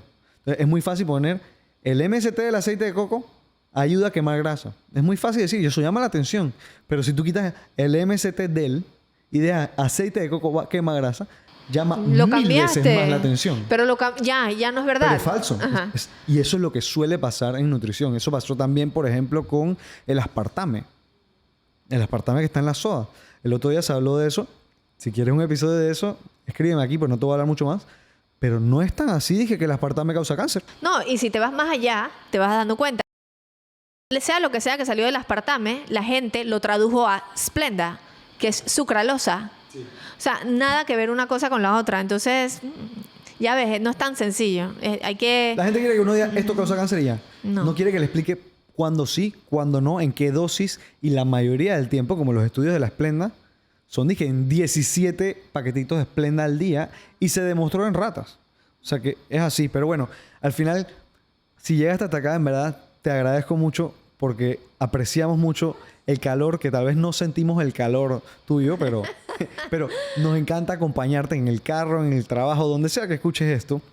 Y en verdad es un honor que cuando vemos la cantidad de personas que escuchan esto en Spotify o hasta en YouTube y la sumamos es una cantidad increíble. Entonces, esperamos que te veas toda la primera temporada si no has visto todos los episodios y por eso te estamos dando este break, para que nosotros no sigamos haciendo episodios y tú puedas ver todos los que no has visto. Y ponerte al día, que en verdad, quién sabe, no sé, capaz que hacemos un quiz o algo así, ¿no? Es buena idea, es buena idea. Entonces, Ajá. algo que, como dice Eti, nos está desesperando ver ese número de ahí abajo de las suscripciones que no esté redondo. Tenemos como 145 estrellas en Spotify. Yo quiero verlo en 200 Claro. para terminar la primera temporada. 300 suscriptores. No, yo quiero ver 400. Entonces, no vamos a volver si no tenemos 205 estrellas en Spotify o 400 suscriptores en YouTube. Se lo prometo. Ay, a la vida. Mentira, muchas gracias por todo y espero que tengan buen día por Nos ahí. vemos en la próxima temporada.